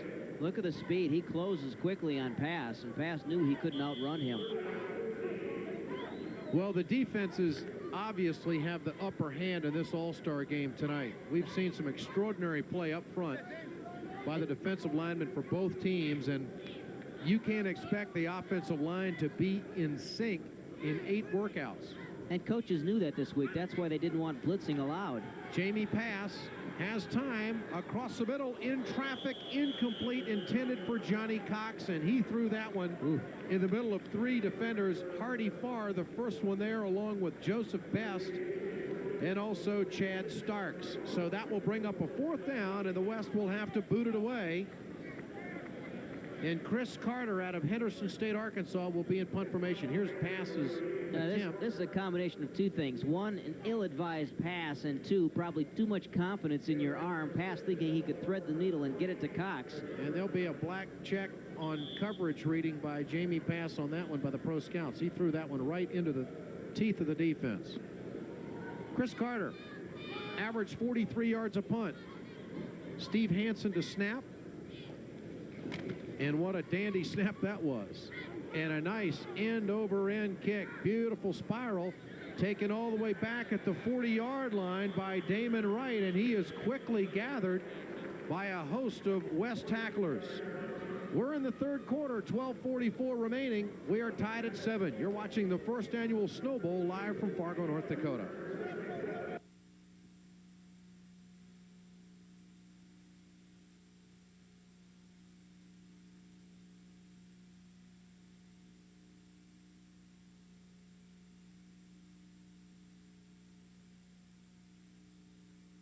First down and 10 for the East All-Stars. Ken Avent in at quarterback. The toss to the fullback, Tyrone Rush out of North Alabama. And we welcome the audience on WOWL down in Alabama watching us. That's Tyrone country down there. Known in that neck of the neighborhood as the Owl. We were down there once, and we walked into the TV station to do some editing, and they just said, "Welcome to the Owl." They have and do a tremendous job with the Division II National Championship game in Florence, Alabama. Casey Morlock from Northern Colorado in on the stop of the last play. It's going to be second down at about 5, and the slant pattern to Mike Reagan out of Wingate College. That falls incomplete. It would have been shy of the first down. There you see Mr. Abrams, who is dominating the competition tonight. Heavy on the mister in this football game. Now we know why he was at Auburn for 3 years. This man can play some football. Kenny Miller was in on the coverage on that last play for the West All-Star defense. Now it's going to be third down and 7 from the 44-yard line. 12:03 remaining here in the third quarter. We are tied at 7. Ken Avent, the quarterback out of Catawba, North Carolina College. He's got time, and he'll bail out. Look at this ability. That's a first down and more to the 45-yard line of the West All-Stars, and shades of John Elway. Bart Woods making the stop. This kid bails out quickly. I think he made a quick read and saw that there weren't too many people open in that pattern, and look at the big gap he had to run through, and as soon as he saw that, his eyes lit up, and he took off. And a good runner. Yes. Picks the right seams for a first down at the West 45-yard line. First down and 10. Avent brings him up in an I formation. Receiver on each side of the field. They fake to the tailback. He's got a man wide open. Oh, he undershoots it. And in and out of the hands of Mike Reagan. Kasem McCullough, defensive back out of the University of South Dakota on the coverage, and I know Avent would like to have that one back, Dana. He had a man wide open off the play fake. Mike Reagan had his man burnt. He was beaten by about 10 yards, but he just got off the Billy Kilmer wounded duck, and Kasem McCullough able to get back and deflect it just enough so Reagan couldn't pick it off. Only Charlie Taylor could catch those guys. He'd love to have that one back. He had a man beat. Second down and 10, 45-yard line. Avent must have let his thumb slip on that one. That came out a wounded duck. And oh, by the way, we have great duck hunting up here in North Dakota. Oh, by the way, they're not using an NFL ball either, which would have been a little easier to throw, I think. Well pointed out. And the Joe Simmons, running back out of North Carolina Central, who was 4th in the nation in Division II rushing, gets the carry there. And Steve Hansen, you'll hear the crowd. Steve Hansen, defensive lineman from North Dakota State here in Fargo, making the stop and taking a breather. Lost a little knee guard there. And had reconstructive knee surgery about 3 years ago and did not know if he's going to be able to come back and play anymore. Some doctors are surprised he is back playing, but he really worked, rehabbed that knee, and came back and was an all-conference performer for North Dakota State and just a solid performer in that defensive line for the Bison. We are tied at 7. First annual Snow Bowl, the Division II All-Star football game here in Fargo, North Dakota. 10:40 remaining. It's going to be third down and 7. Ken Avent has time, looking, dumps it to his running back, and that falls incomplete. Joe Simmons, the intended receiver out of North Carolina Central, and McCullough out of South Dakota on the coverage that time for the West All-Stars. And we've got a flag down on the play. Just a flare out of the backfield. And, of course, he's not the biggest target at 5'9" out of the backfield. He is what you call a bowling ball body. I don't know if Norm Bulash rings a bell with many football fans around the country, but that is what he is shaped like. He has got a low center of gravity. So they'll mark this one off against the East All-Stars. And let's see what the penalty is. It looks like it's going to be a hold, and it is. Bill Thomas, the referee, and his crew, which works the North Central Conference in Division II football. Let's go to Sandy Buda. Let's go split 86. Split 86. Split right 86. Split right 86. That's a drop back pass, which I believe will be a three-step series. Third down and 20. Not an easy time to call plays, and let's see what Avent does. I believe it's going to be a three-step drop out of the 80 series on third down. Oh, five-step drop. And he's got the post flag and intended for Matt Carmen, the wide receiver out of Livingston, and he overshoots the wide receiver, and Cody Burmeister from Northwest Missouri was in on the coverage for the West All-Stars. So Ken Avent, who scored a touchdown earlier in this game, and was good for 11 touchdown passes on the year, rushing, and 11 touchdown passes on the year, and 1,349 yards passing. He comes to the sideline. Now in punt formation, Gary Lotsky out of Edinburgh, Pennsylvania, and he gets away a dandy. And Alvin Ashley at the 12 is going to take it. And he's up the sideline and out of bounds at the 20-yard line. So the West All-Stars will take over when we come back. We're tied at 7. It's the first annual Snow Bowl, live from Fargo, North Dakota.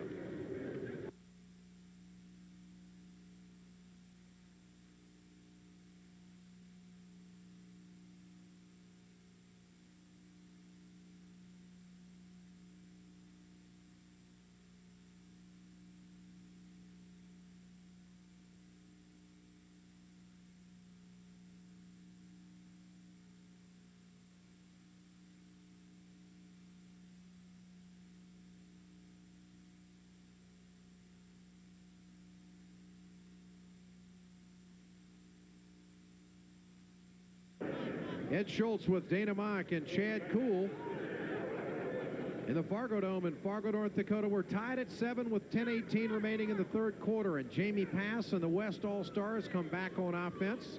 Single setback, 3 wide receivers and a tight end. The quarterback out of Mankato State. And he'll go to his running back, and this is Charlie Dean. Charlie Dean out of St. Cloud State brings it out to the 20-yard line, just shy of the first down, and George Bird, defensive back out of Hyattsville, Maryland, makes the stop. Let's go down to Chad Kuhl. With Steve Hansen, defensive end from North Dakota State. Steve, what you expected coming into this game? Yeah, pretty much so. They're real tough up front. They're a lot stronger than what I'm used to. You just got to rely on, or especially with me, got to rely on my quickness a little more. And plus we got, great players playing with, and it really makes a difference. You get real great players like this all together. It's real fun. Are you surprised with the amount of playing time you've had, Steve? No, not at all. We're rotating every 3 plays. It's just, that's the way it should be, and I enjoy it. They run the counter gap out across the 30-yard line. Again, Charlie Dean, the 5'10", 200-pounder from St. Cloud State. George Bird again making the stop for the East defense. And Charlie Dean, we're talking to him at practice this week. I said, Charlie, what do you think? You going to get into football? He says, Ed, I don't know. We only got 5 running plays. I said, well, did they put in the counter gap for you, which you made a living on in Division II this year? He says, yeah, they've got it in. And he reads that so well. He's a great balance, and he's got a great feel for his blockers. He can bounce outside. He can cut it back inside. Charlie's head football coach, Noel Martin from St. Cloud, made the trip, and he's been pushing Charlie. Get on those special teams. He's been like a proud pop out here at practice during the week. And Charlie's going to get it again. Look at him bounce. He's got a nice feel, and he picks his way across the 31 to the 34, and that's going to be a first down for the West All-Stars. And Tim Hausman, linebacker out of Ashland University at 6 foot, 240 pounds, makes the stop. And Jamie Pass, who threw for over 3,700 yards this year, all of a sudden has gone to the running game with Don Morton. I think Don Morton saw those negative numbers at halftime and said, I have never coached a football team that can't run the football. Boys, buckle them on. We're going to play some smash mouth football here in the third quarter. First down and 10, 34-yard line. Pass with a quick handoff up the middle on the trap. This is Henry Caldwell out of Central Missouri State, played for Terry Nolan. He led the conference, the MIAA, in rushing, scoring, and all-purpose yards this year. Tim Houseman again making the stop out of Ashland University. You can go down both rosters, and these players all have unbelievable stats. They're all 1,000-yard rushers, 3,000-yard passers, 1,000-yard receiving yards. This is the cream of the crop, as Hardy Farr said, in Division II football. 8:02 remaining, third quarter. We're tied at 7. From the 36, second down at 8. The counter boot, and Jamie Pass is going to be sacked. Coming in untouched, Ed Fillion, who left the game earlier with an injury. Looks pretty good right there out of Ferris State as he runs Jamie Pass down. And I might add that Jamie Pass is not slow. Hey, Ed, how's the knee? Looks pretty good, I guess. No problems. Shot right through the line. Somebody missed a block on that West offensive line. Let's go down to Chad Cool. The linebacker Rick Cruz from Portland State. Rick, they say defense has an advantage because of limited preparation time. We see it on the scoreboard. Do you see it on the field? Well, not really, because with the East has a top 4 vaccination stuff, you know, supposedly and stuff, you know. And when the whole week stuff in the dorms and during practice with the East, I'm talking a little bit of trash, you know, to the West side, and the West be quiet most of the time. And the East said that with the West defense, it doesn't have the type of athlete to stop the East offense, you know. Well, as you can see so far, you know, the East has only scored 7 points so far, you know. So we're just out there, and it's not really an advantage over the offensive defense situation because everyone's here because we're all all-stars in our conference stuff and all-American stuff, you know. So I think it's a pretty matchup, you know, both ways. Keep it up, Rick.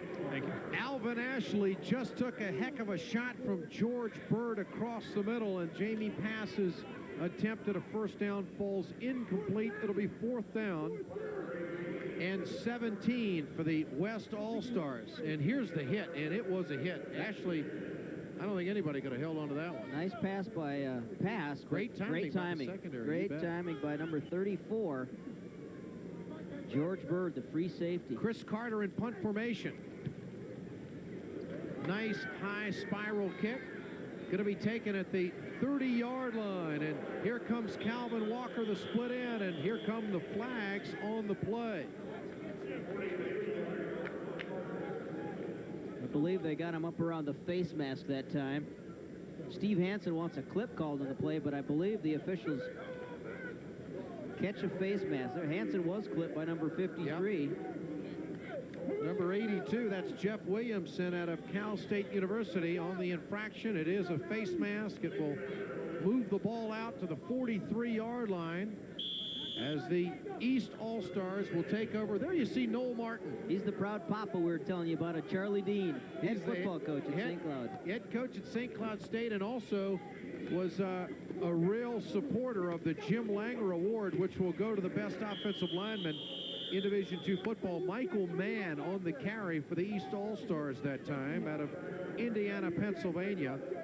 And Michael Mann, playing for Frank Signetti, compiled 4,805 yards in his career, rushed for 46 touchdowns. Noel Martin will bring his football team into the Fargo Dome next year, and he was walking around in practice this week, staring at the ceiling and the lights and saying, I'll tell you what, fellas, I'm not coming this year. This is too intimidating for me. Fred Woods made the stop on that last play. And again, here comes Freddie Lester, the fullback out of Alabama A&M at 6'3", 235. He clocked at a 4.4 in the 40. His brother plays for the LA Rams. Pretty good stock in that outfit as Lester carries for the first down. It brings it to the West All-Star 43-yard line. So with 6 minutes remaining in the third, we are tied at 7.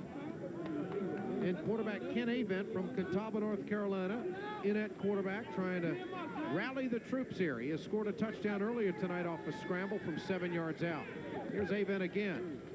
And this will be Michael Mann out of bounds at the 42. They picked up about 1.5 yards on the play.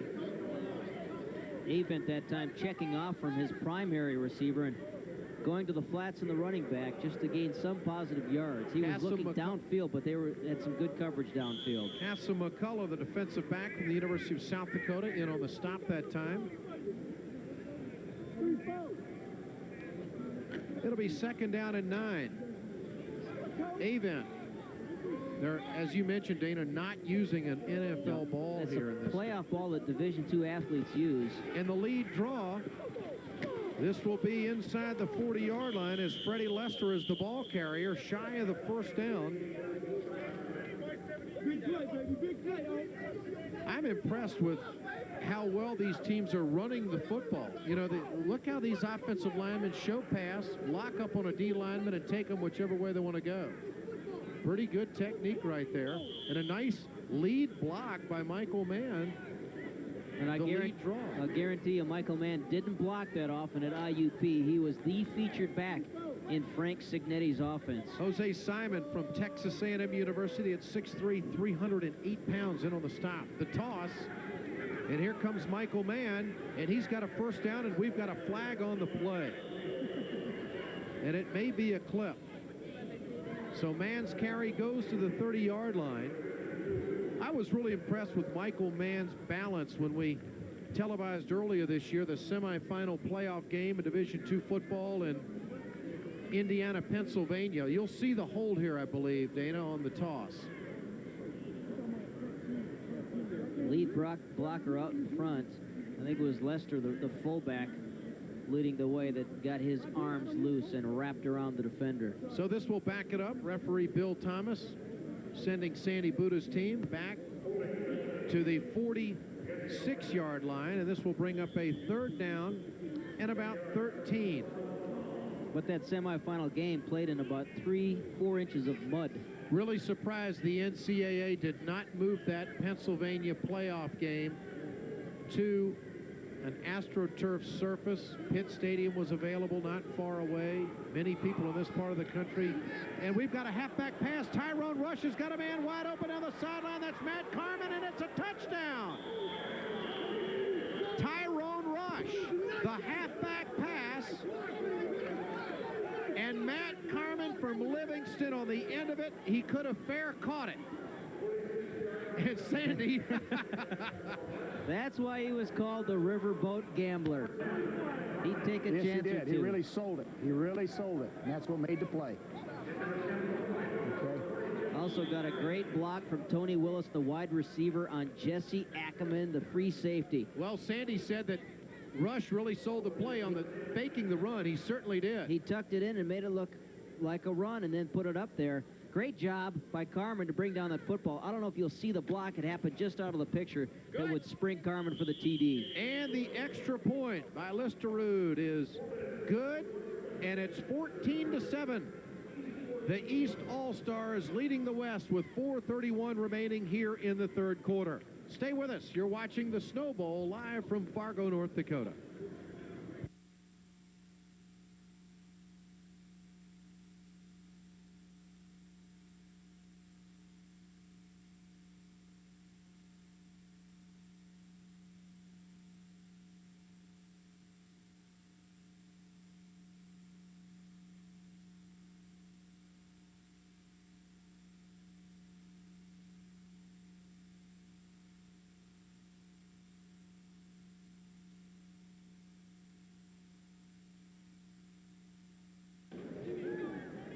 .431 remaining in the third quarter. The East All-Stars have gone out in front on a halfback pass from Tyrone Rush. Okay, here we go. And they lead it 14-7. And here comes Johnny Cox on the return. Across the 20, very dangerous. Nice move, and pulled down at the 32-yard line by Damasco Green out of Virginia State University. There you see and Matt Carmen out of Livingston. And Chad Cool obviously lining up Tyrone Rush. Look at him sell that halfback pass. Just tuck it in. Everybody in the stadium thinks it's a running play. Lobs it up. Carmen does a great job. That is a tough catch to make because you have your shoulder pads, you have the lights, you have your helmet to look through. He didn't lose it in the lights. He did a great job. Let's go to Chad Cool. Tyrone Rush runs it and catches it. Now he's a quarterback. Nice throw there, Bud. Tell me about the play. I mean, it was a play we worked on, and Coach, you know, we worked on it all week, and he asked which running back could throw the ball. And I say, I used to do it in high school, and then, you know, it was just something I know I wasn't gonna get to run the ball much, and then I just wanted to do something to open the the scouts' eyes, and maybe they see, hey, Russ can throw that ball. Now you got to go back to work. Thanks, Taro. Dwayne Zachary just opened a few eyes with a nice pick out of Bowie State University. Clint Dolzell, East Texas State, overshoots his wide receiver. Had a man under and a man over. Overshoots Johnny Cox, undershoots D.R. McDonald. New quarterback in for the West. Jamie Pass will now find some bench time, and Dolzell comes in and throws another wounded duck, picked off right away by the East. They could really blow this thing open a little bit here. And we've got Greg Clark in at quarterback now for the East offense, and he's going to air it out. Oh, he's got a tight end wide open, but he is picked off at the 40-yard line, and a big return by Bob Green out of New Mexico Highlands. And he had his tight end, Tim Brown, wide open down the middle, but that big mitt got up there in the air for the interception. Now that is an athletic play. One-handed stop by the linebacker out of New Mexico Highlands, Bob Green. What a great athlete that play is. One-handed, brings it in, does a nice job of running. David Stokes was open downfield, but the pass was just undershot a little bit. Sandy Buddha going to the throat after the turnover and produces another turnover. So we go back to the West offense. It's 14-7. The East leading with 4:01 remaining here in the third quarter. Preston Jackson, one of the setbacks. He's at the fullback position. Clint Dolzell, who was just picked off, back in at quarterback. This is going to be Jackson. On the counter gap, does a nice job of breaking a tackle and out of bounds at the 42-yard line, and run out of bounds by George Bird. For the first time since early in this ball game, the West offense with some positive yards rushing. They're over the 0 mark. Just getting outside the reach of Gabe Wilkins, the All-American from Gardner-Webb. That was a nice piece of running, but you've noticed, Dana, that the best running plays we've seen tonight have come off that Redskin counter gap. And the Redskins didn't do it well this year. Somebody should. Here we go. Dolzell at quarterback out of East Texas State with a first down at the 42-yard line. And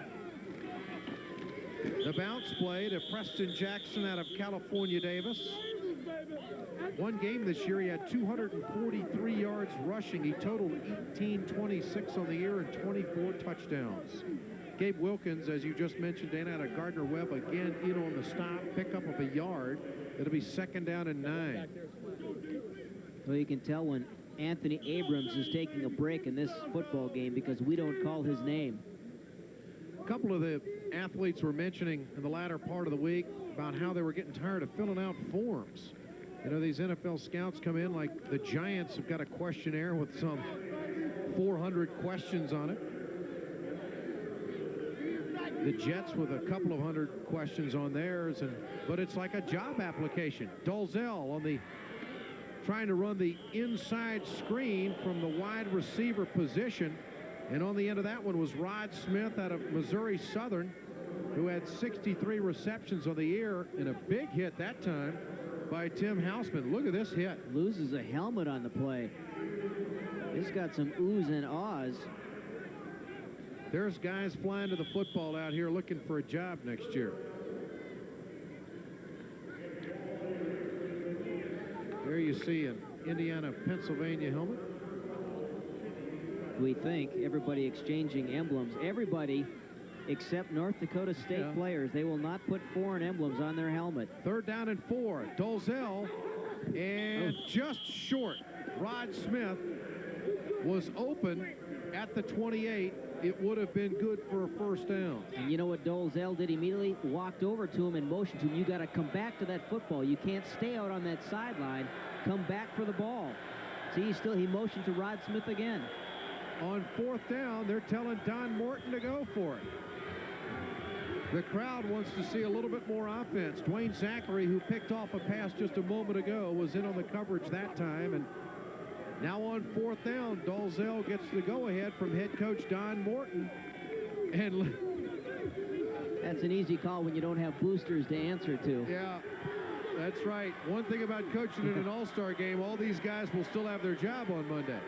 Dolzell on 4th down, and that is complete for a first down and more down to the 18-yard line, and Jeff Williamson, the tight end at Cal State, at 6'3", 235, making the reception there. He caught 47 passes this year, led the conference in receiving and yards, and had a 99-yard reception for a touchdown this year. I don't think you find many conferences that has a tight end that leads the conference. 4 guys on him. In receiving yards and Thomas Beer receptions. From Wayne State University out of Michigan making the stop, one of 4 players in on him that time. So on 4th down, they get the completion, and it's 1st and 10 from the 24. Dalzell has time. Now he's got a bail. Second time tonight he's lost the football, and Kevin Robson from the University of North Dakota picks it up at the 31-yard line, and he probably didn't think he was going to be doing that tonight. Dalzell had T.R. McDonald wide open at the 10-yard line. He just couldn't get him the football. Dalzell has fumbled twice tonight on that when the rush was coming in on him, and that, of course, is not going to help his cause. Yes, T.R. was wide open. You'll see him right off to the side of the screen here if it keeps going down to the 10-yard line. T.R. found a little soft spot in that defense inside the corners behind the linebackers, and he was waving, clapping his hands, trying to get Dalzell's attention. 2nd down, let's make it 17 from the 30. The delay inside, Preston Jackson, and look at him move inside the 20-yard line, and he is going to be close to 1st down yardage. And Jackson out of Cal Davis, George Bird out of Hyattsville, Maryland, making the stop. Boy, a good look by that West offense to really deceive it and make it look like a passing play. And offensive line doing a nice job selling the pass and then turning their blocks aside and giving Preston Jackson a nice lane to run through. Let's make it 3rd down and about 4. This will probably be the last play of the 3rd quarter. And there's a timeout. The West wants to use a timeout with 13 seconds remaining here in the 3rd quarter. The East leading 14-7. Let's go down to the sideline and see what play they want to call. It's Preston. You gonna be able to go?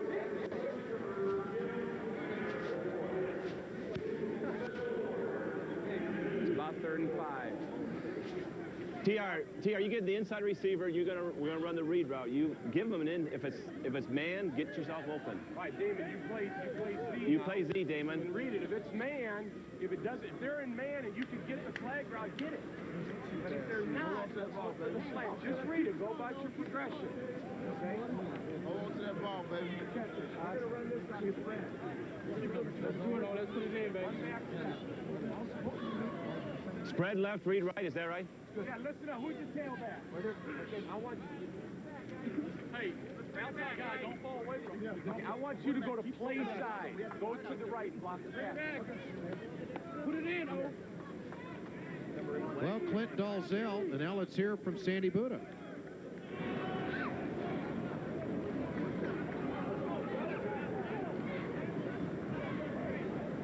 Sandy's been working with the offense for the East All-Stars, and Ross Forchie has been coordinating the East defense. Sandy's part of a group in Omaha, Nebraska that is trying to bring the CFL to that city. And he said, if it comes, I'd like to be a part of the team. I think Sandy's hungry to get back into coaching. Well, they're going to try to throw to the inside receiver, T.R. McDonald. Dalzell, he throws the flag to T.R., and that's incomplete. And McDonald drew the double coverage. Hardy Farr out of Grand Valley State on the coverage first on the flag pattern. Here's T.R. McDonald from North Dakota State. Isolation on number 31. Turns it outside, but Dalzell's pass is just a little bit high. And there was some help from that safety back there. If T.R. had caught it, he would not have gone far. Well, we're going to get a field goal attempt. We had a field goal fake earlier tonight. Even Lesterud, place kicker from Missouri Rolla. He was 12 of 13 on field goals this year. This one is going to be from 35 yards out. Lesterud, he gets it, and all of it. And 3, and it's 14-10. So the West on the the board with a field goal here with 4 seconds remaining in the third quarter. The East leading 14-10. You're watching the Snow Bowl in Fargo, North Dakota.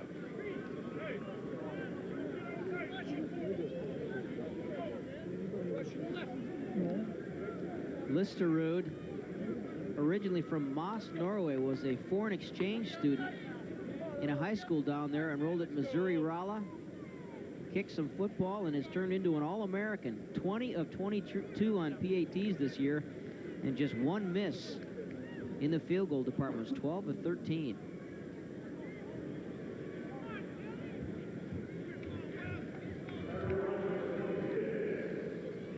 Well, the East will get it back with 4 seconds remaining here in the quarter. We haven't heard too much from Keith Higdon out of Cheney State, who was #1 of the nation and averaging 175 yards a game. This is Tyrone Rush out of North Alabama across the 20. And he's wrapped up at about the 26-yard line. So that drive went 51 yards in 9 plays, and Listerud from 35 yards out brings the West 4 points closer. The East leading as we go to the fourth quarter, 14-10. You're watching the Snow Bowl, the first annual Division II All-Star football game, and we'll be back.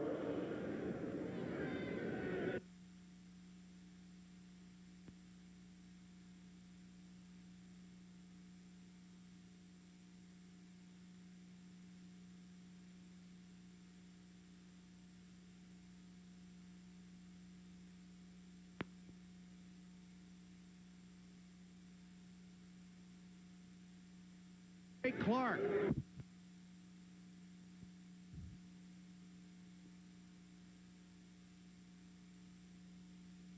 Earl Hill.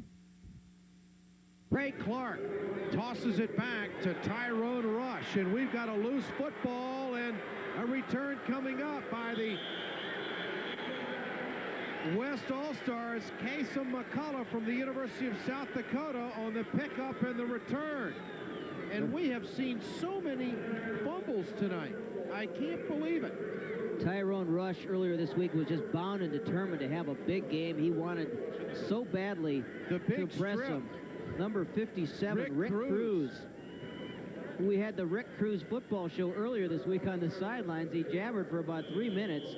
Kasem McCullough from South Dakota, a nose for the football, and he's also a punt returner. You could see that as he returned that fumble. And Jamie Pass goes back in at quarterback for the West All-Stars. He's got 3 receivers, a tight end, and a single setback, Charlie Dean. And this is Charlie Dean, and he gets to meet who everybody else has met tonight, Anthony Abrams. Well, you can tell Mr. Abrams is back after sitting out the last series. We're just into the fourth quarter. It's 14-10. The East All-Stars leading. Chad Kuhl making his way along the sideline. There was just no place for Charlie Dean to go that time. He couldn't bounce it outside. He couldn't cut it back inside. He just fell into the arms of big old number 99. Jamie Pass on second down, and let's make it about 12 from the 25-yard line. Pass looking for his tight end and doing a good job of getting out of the traffic and inside the 20 down to the 19-yard line. And Gabe Wilkins out of Gardner-Webb finally runs down the Mankato State quarterback, who did a phenomenal job of just getting the escape. Guess who's in the backfield? Anthony Abrams.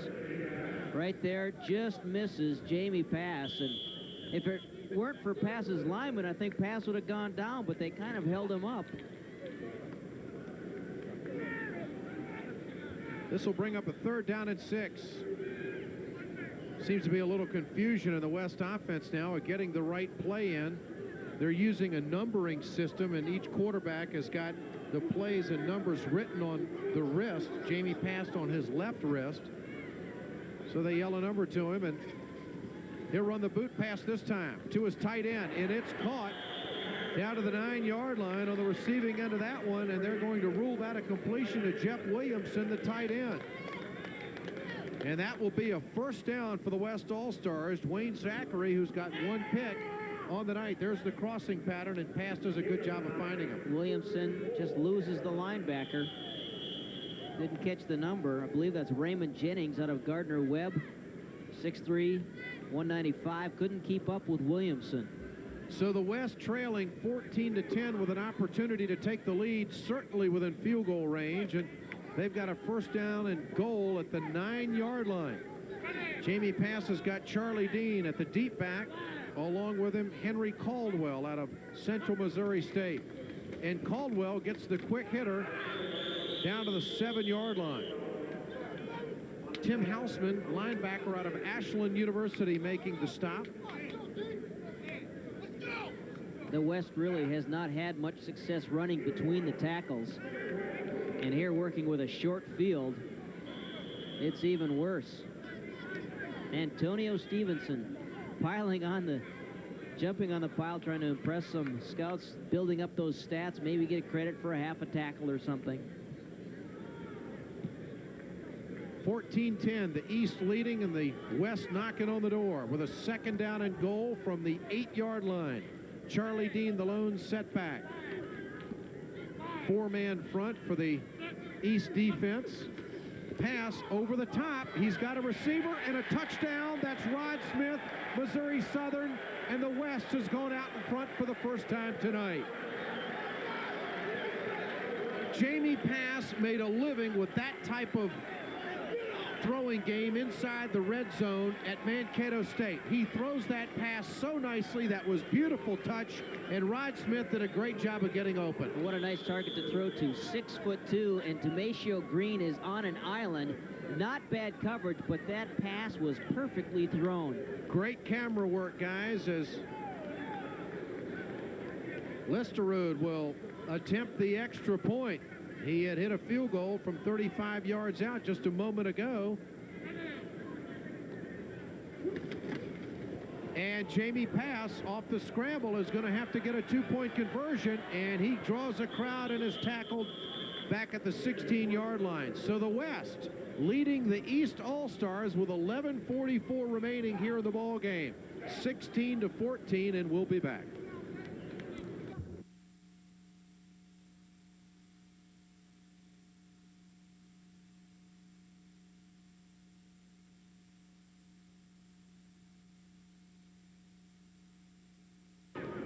Jamie Pass, Mankato State. He knew where he was going with this one, Dana. Didn't even look over there. You knew he was going that way.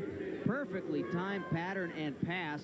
Look at Demetrio Green. He does not miss that ball by more than a foot. But Rod Smith, who made a living doing that at Missouri Southern.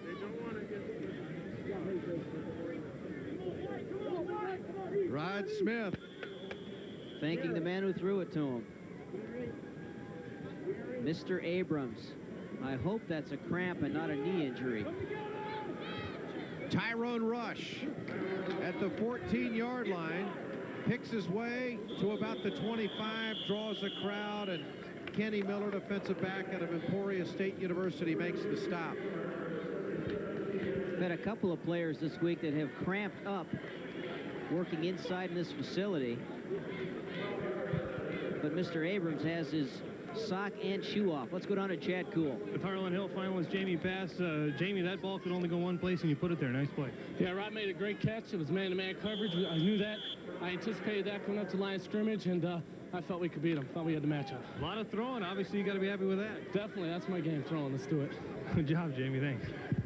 Greg Clark in at quarterback for the East All-Stars. The toss, Michael Mann, Indiana, Pennsylvania, taking it off tackle and picks up a couple of yards. And Casey Morlock making the stop along with Rick Cruz. Cruz out of Portland State, Morlock out of Northern Colorado. Michael Mann's college career started at the University of Miami, but he just felt a little out of place there and transferred to Indiana, Pennsylvania. And did he have a college football career? 4,805 yards. The West leading 16-14. Greg Clark at quarterback throws the slant, and that ball intended for Mike Reagan out of Wingate College falls incomplete. Career reception yards for Mr. Reagan, 3,240. There you see Don Morton, head coach of the West All-Stars. Looking like he's losing, but he's winning the football game. Mort always looks that way. James Hardy, Jr., defensive back out of Fort Hays State, in on the coverage that time. It'll be 3rd down and 9 for the East All-Stars.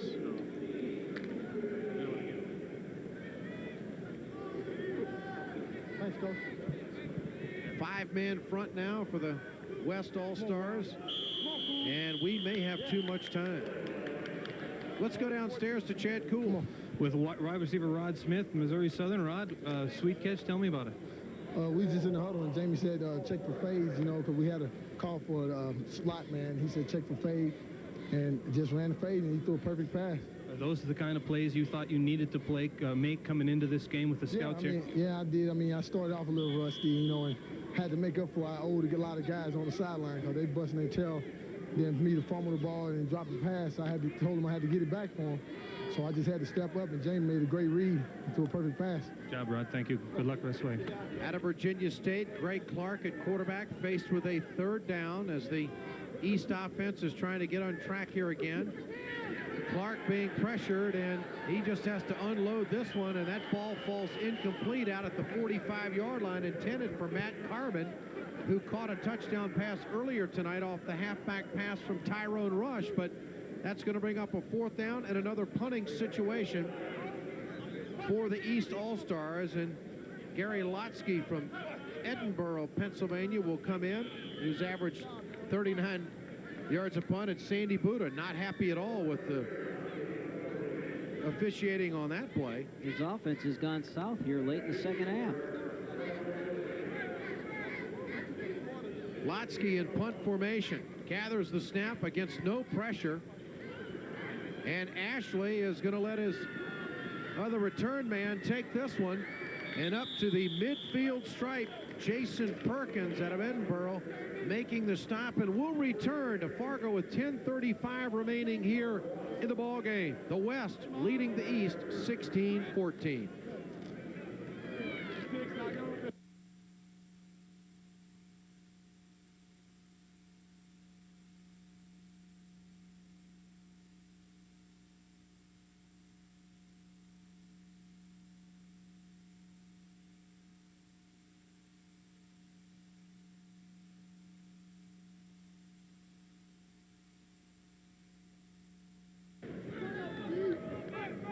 So Jamie Pass, who just threw a touchdown pass to Rod Smith, back in the ball game,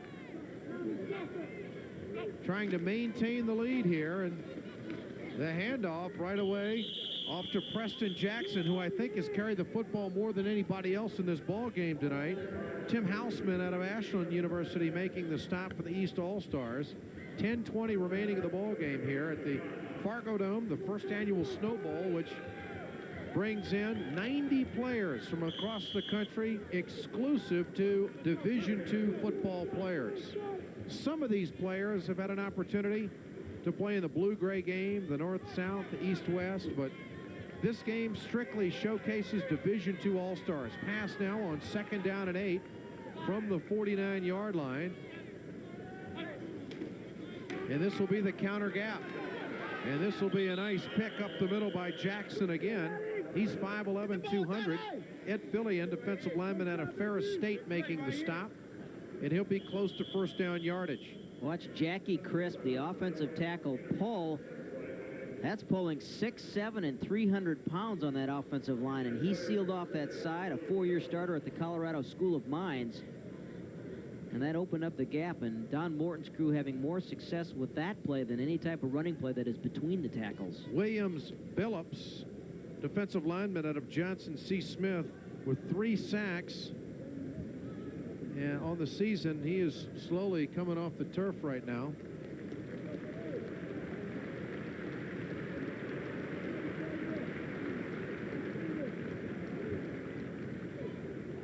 They'll award the Jim Langer Trophy after the ball game tonight, which goes out to the best offensive lineman in Division II football. And of course, you've got to get to this game to be eligible for that. This is the first annual Jim Langer Award. Jim, we heard from him at halftime. One of the all-time great offensive linemen for Don Shula. 10 years NFL All-Pro. Played his college football at South Dakota State. We've got 9 minutes remaining here in the ball game tonight, and a close one. The West All-Stars leading 16-14, and they've got the football with Jamie Pass at quarterback. Single setback is going to be Jose Knowlton, running back out of Central Arkansas. And he'll get the football, and he'll bounce it for big yards down to the 29-yard line, and that may be our longest run from scrimmage of the night. Thomas Beer, linebacker, Wayne State, making the stop for the East All-Stars, and that'll be a first down for the West at the 29-yard line in East territory. Nice read by Hosea Knowlton, bouncing outside, reading his blocking up front, and Beer really bringing him down. Otherwise, Hosea may have an extra 5-10 yards there.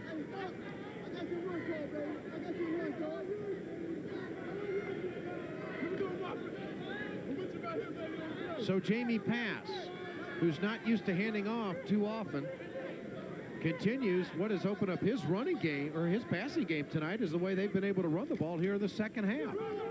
And there's the delay to Charlie Dean, who picks his way inside the 30 down to the 29-yard line, and Chris Williams from Hampton University in Virginia making the stop. Great football in that Tidewater area on the eastern part of Virginia. And it's going to be second down, and let's make it 9 as Charlie Dean out of St. Cloud State got the football. Dean had 1,153 yards rushing and 7 touchdowns on the season for Noel Martin at St. Cloud State. 7:40 remaining here. Second down and 9, 29-yard line. Jamie Pass. He'll have to bail out. He'll reverse, and look at his elusiveness, and finds his man Charlie Dean at the 25, and he's down to the 19, and that's going to be a first down for the West. Robert Ross out of Norfolk State making the stop for the East All-Stars. Pass wearing the right number on this one, just like Fran Tarkenton of the Minnesota Vikings. Right, left, go up the middle. And he does, and then he catches Charlie Dean out of the corner of his eye, and he's wide open. Dana, you mentioned earlier that there's some scouts from the Canadian Football League here. Jamie Pass, marginal at best as an NFL prospect, if that, at 6 feet. Yeah. He is a great Canadian prospect with his mobility and the way he can throw the football. This kid threw for 3,800 yards and 30 touchdowns just this year. Out of the Doug Flutie mold. And a smart player. Called all his offensive plays at Mankato State at the line of scrimmage. Here's Charlie Dean on the counter gap, and he gets to the 19-yard line. Anthony Abrams was hurt earlier tonight. Let's go down to Chad Kuhl for an update. Obviously some concern with the defensive lineman Anthony Abrams, but he's on the sideline just getting some extra tape. He told me it was just a slight roll of the ankle, Ed, and they're just going to put a little extra tape on. He'll be back in there as soon as they can get it taped up. No problem, he said. Well, he's had an all-world performance tonight, and he's got to be a high candidate for the defensive player of the game, which will be awarded after the ball game tonight. 6.5 remaining.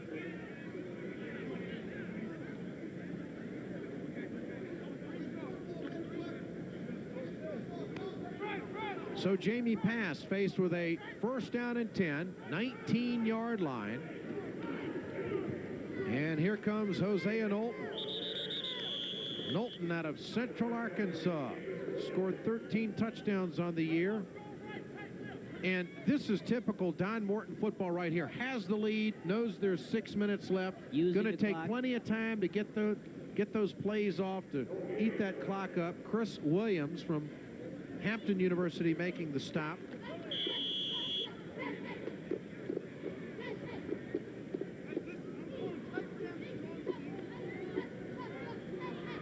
They're going to use all 25 seconds, too, to get this play off. Now they're running the players in and out. Jamie Pass checking on his wrist.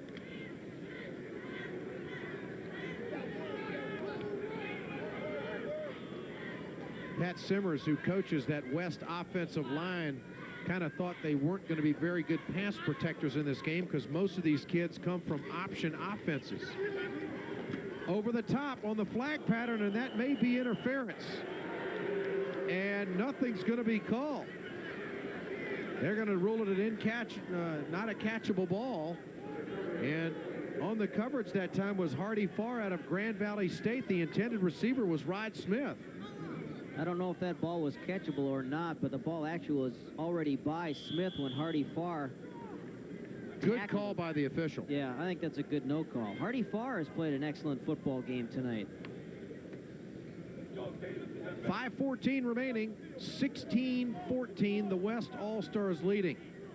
And Jamie Pass now rechecking the play with his running back Jose Knowlton out of Central Arkansas. He's got 3 receivers. He's also got Rod Smith down the bottom of your screen one-on-one, but they're going to run to the delay. Look at Knowlton.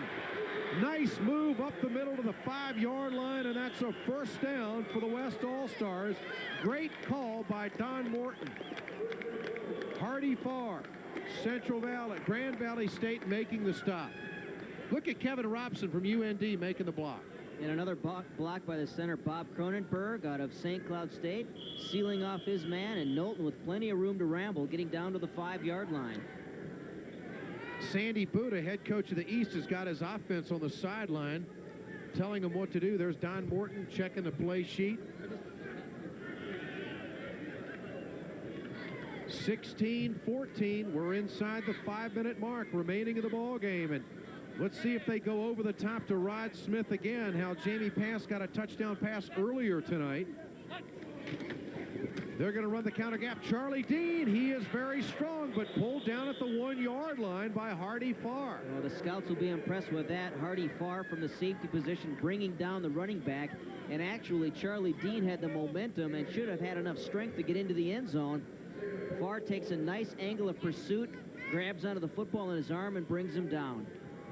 I tell you, he really closed on that play quickly. Hardy Farr, great recognition from that secondary spot. Now it's going to be second down and goal from the 1, and if there's a 2-minute offense, Sandy Buddha's going to have to get it ready. There's Hardy Farr right there, number 46 for the East defense. Scott Fuchs talking back to Jamie Pass, and they want to get this formation set right. He's going to have to hustle to get this play off. He may come over the top to Rod Smith, and a little quarterback delay from the 1-yard line, and we don't see a signal for a touchdown as of yet. I don't think the West was ever in sync on that play. Had to move one wide receiver from the right to the left.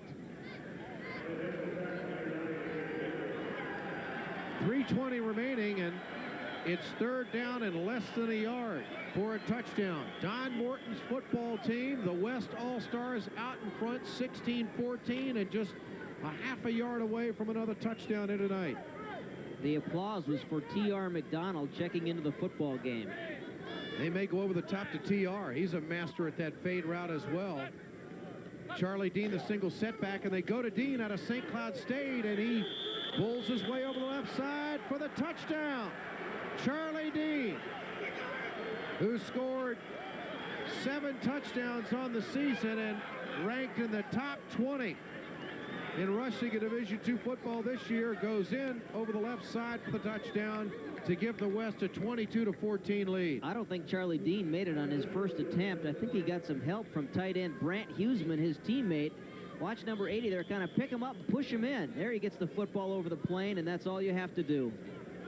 Well, we know Noel Martin, head coach at St. Cloud State, is smiling right now. Probably popping the buttons on his sport coat on the far sideline. Listerud will attempt the extra point, and Jamie Pass will hold.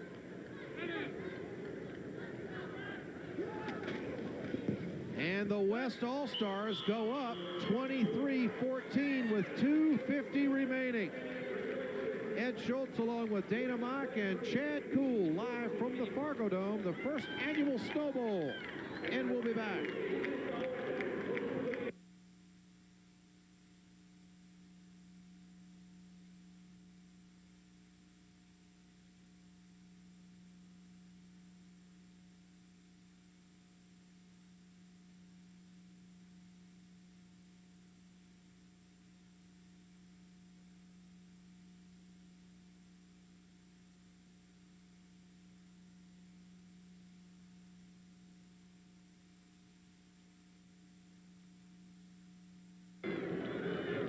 So Don Morton heading up the West All-Stars, trailing for most of the ball game tonight. They have rallied to take a 23-14 lead over the East All-Stars with 2 minutes and 50 seconds remaining.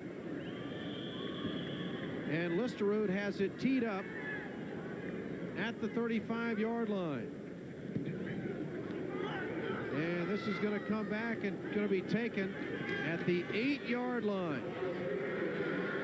And up across the 20 and close to an open field here.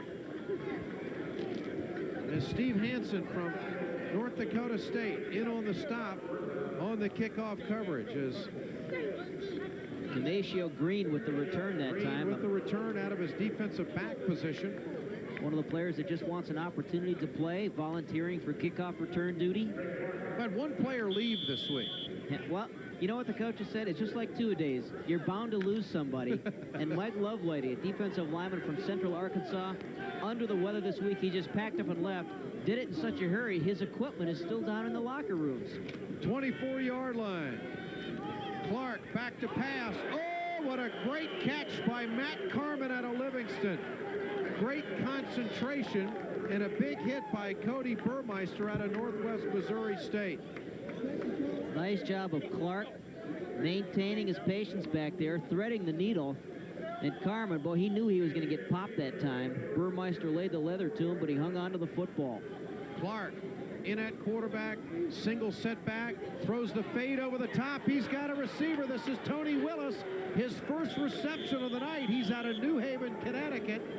He had 71 receptions on the season for over 1,000 yards and 11 touchdowns. And Tony Willis, the 6'3" wide receiver, using his range on the outside. Good read by Clark. James Hardy, the cornerback, was sucked in on that play, and Clark just put it up over the top. Nice catch by Willis. The delay. Fred Lester inside the 20 for good yards on the lead draw. And Rick Cruz out of Portland State in on the stop again for the West All-Stars. So we're down to the 2-minute mark and counting. The West leading 23-14, and the East frantically trying to get something on the board here. Greg Clark, the quarterback out of Virginia State.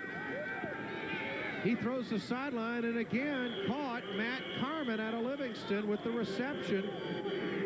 And Ron Burton, linebacker, Missouri Southern. And that stops the clock with 1:42 remaining.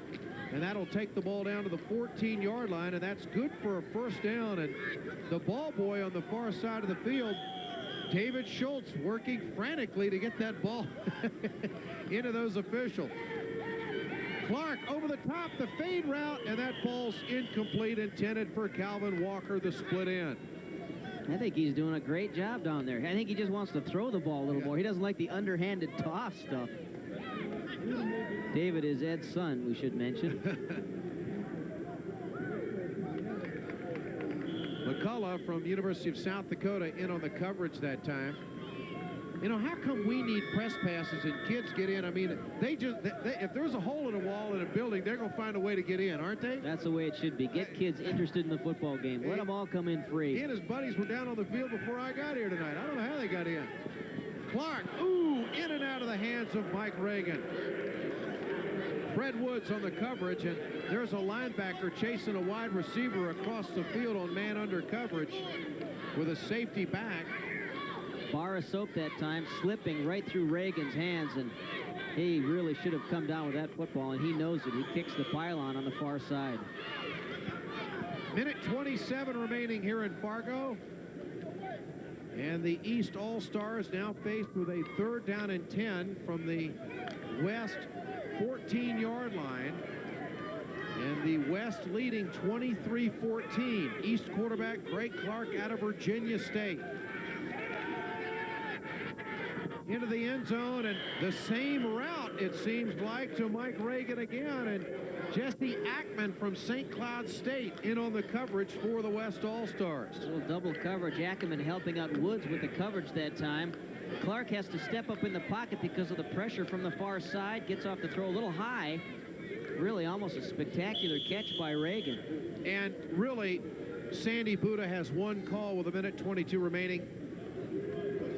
he's got to go for it on 4th down and 10 at the 14-yard line, or they could take the field goal, try the onside kick, and still have a little bit of time left for some offense. They need 2 scores either way. They're going to go for it.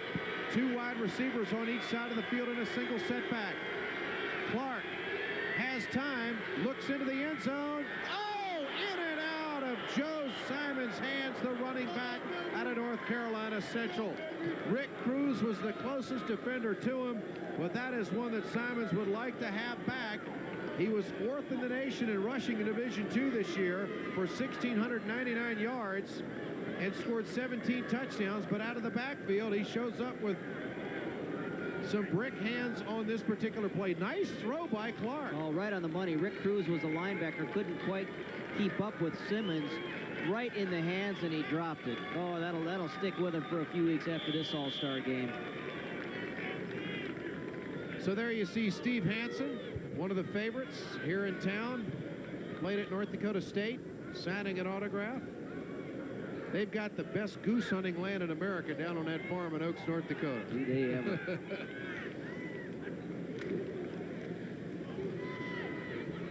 So the West offense comes right back with Henry Caldwell out of Central Missouri State and Clint Dolezal back in at quarterback. Clock is stopped with 1:06 remaining, and Antonio Stevenson out of Winston-Salem State making the stop. We hope all of you around the country have enjoyed our coverage of the first annual Snow Bowl here live at the Fargodome, Fargo, North Dakota. Ross Forchey, the director of the game, and all the Shriners and people in this community hope to be able to come back next year.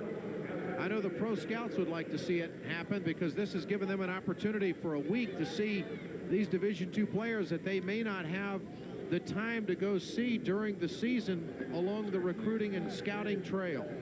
Sure cuts down on their mileage. Scott Steadwell said we don't have to go to Podunk U and, you know, find a map and try and find the university.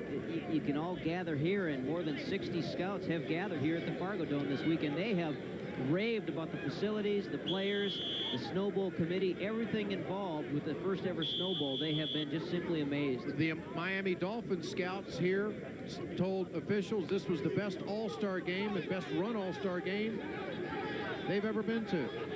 What a compliment to the folks of this area. That's all divisions. That's all. That's right. 2nd down. Dolezal, the delay to his running back, and Preston Jackson comes out for the first down to the 31-yard line. We are inside a minute remaining as Jason Perkins from Edinburgh University of Pennsylvania making the stop. Well, we hear so much about what conference is the best conference in Division II football.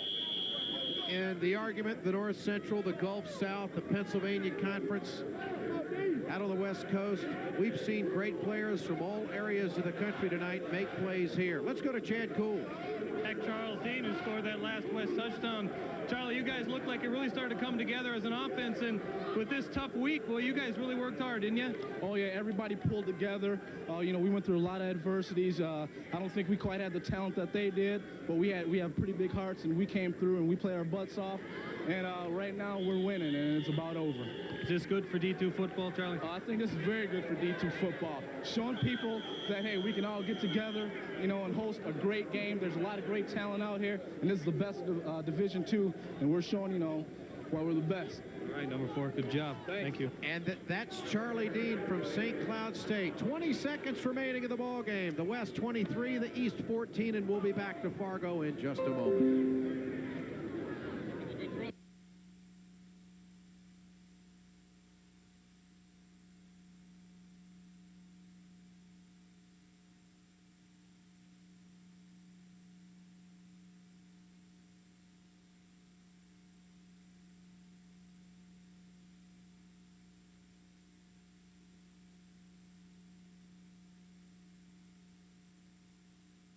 We're 20 seconds away from the conclusion of the first annual Snow Bowl, which brings in the best Division II football players in the country. And well, those West players are celebrating while some of the East players are kind of wondering how this thing slipped away when they led early on in this ball game.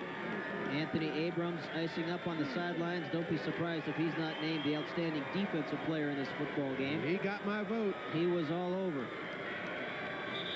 And Clint Dolzell takes the snap, and that should do it as time will run out.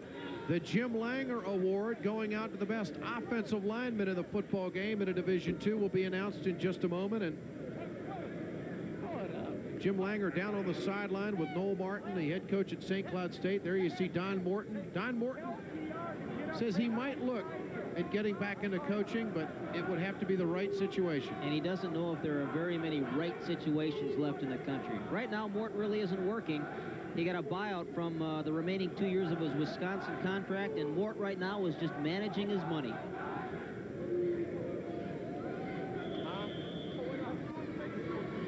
"16 seconds remaining. They're going to get one more playoff. It's third down at about 9. There you see the West All-Stars all week long were not given much of a chance. And that bothered them. That bothered them a lot. And we want to mention that, of course, this is a charity bowl going, the proceeds going to the Shriners Crippled Children's Hospitals. And the Shriners here in Fargo, North Dakota have done an outstanding job. And look out, Mort! There goes our microphone.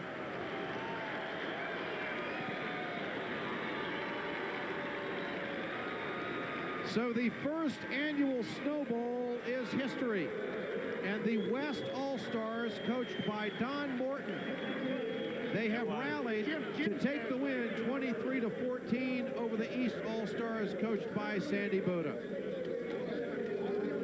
We'll be going down to Chad Cool for the presentation of the Jim Langer Award and also the presentation of the offensive and defensive players of the game. Let's go downstairs to Chad.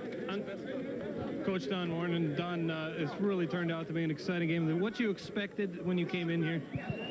Yeah, I think both teams had a lot of good athletes and a lot of good speed, and so I think it was an exciting game, and hopefully the fans enjoyed it. And I think hopefully the Snow Bowl is off to a great start in Fargo, North Dakota. Tell me, you've been out of coaching for a little while, of course, coached for many years. What was this like for you? It looked like you were enjoying yourself on the sideline. It's fun to be around young people. These young people are mature, goal-oriented people that desperately want to succeed, and those are fun people to be around. I guess I'm undefeated in the 90s, huh? They are, Morton. Who says that an all-star game can't be exciting? That was an exciting finish. Yes, it was. It was important to the players to play hard, and they did.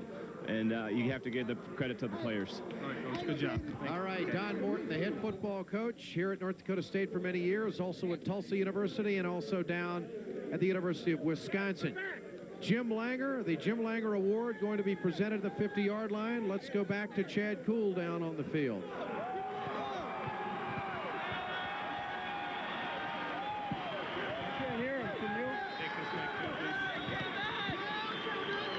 Thank you very much. I'd like to thank the American Football Coaches Association and Ross, you in particular, and Noel Martin for putting this award together. I think it's a great award for some young men that work very hard in the trenches. It is indeed an honor for me to present the first award to Kevin Robson, right up the road here from University of North Dakota. Kevin? Thank you. This is the greatest honor of my life. Thank you. This you want to hang on to, Kevin. You can frame that. Let's get a couple of pictures here. All right. And Jim Langer presenting the first annual Jim Langer Award going out to the outstanding offensive lineman. Langer, of course, many years with the Miami Dolphins, the NFL All-Pro, played for Don Shula, played his college football at South Dakota State. And Kevin Robson, whose father was with the Winnipeg Blue Bombers for some 20 years in the Canadian Football League as an administrator and general manager.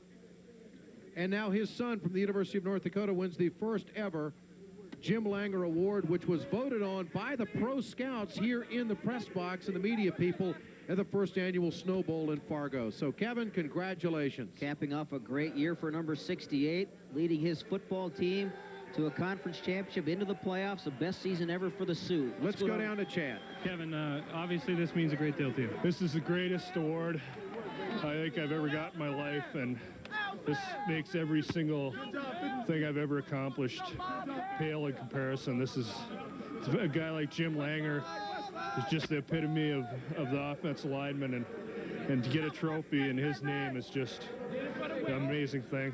Coming in, did you expect some of this? Are you surprised? I just wanted to play the best possible game I could, and you know, awards fall into place if you just bust your butt, and I'm happy as hell. I can't believe it. You earned it, Kevin. Good job. Congratulations. All right, and the Defensive Player Award obviously will be going to Mr. Abrams, as Ross Forchie he's going to be the MVP of the game. I think deservingly so. He dominated like nobody else. Anthony Abrams, number 99, defensive lineman for the East squad, is the MVP of the first annual Snow Bowl. Let's go back down to Chad. Anthony, you expect this kind of award coming in? Congratulations. First of all, what do you think? Well, you know, it's a big shock because I got hurt late in the fourth quarter with a pretty tough sprung ankle.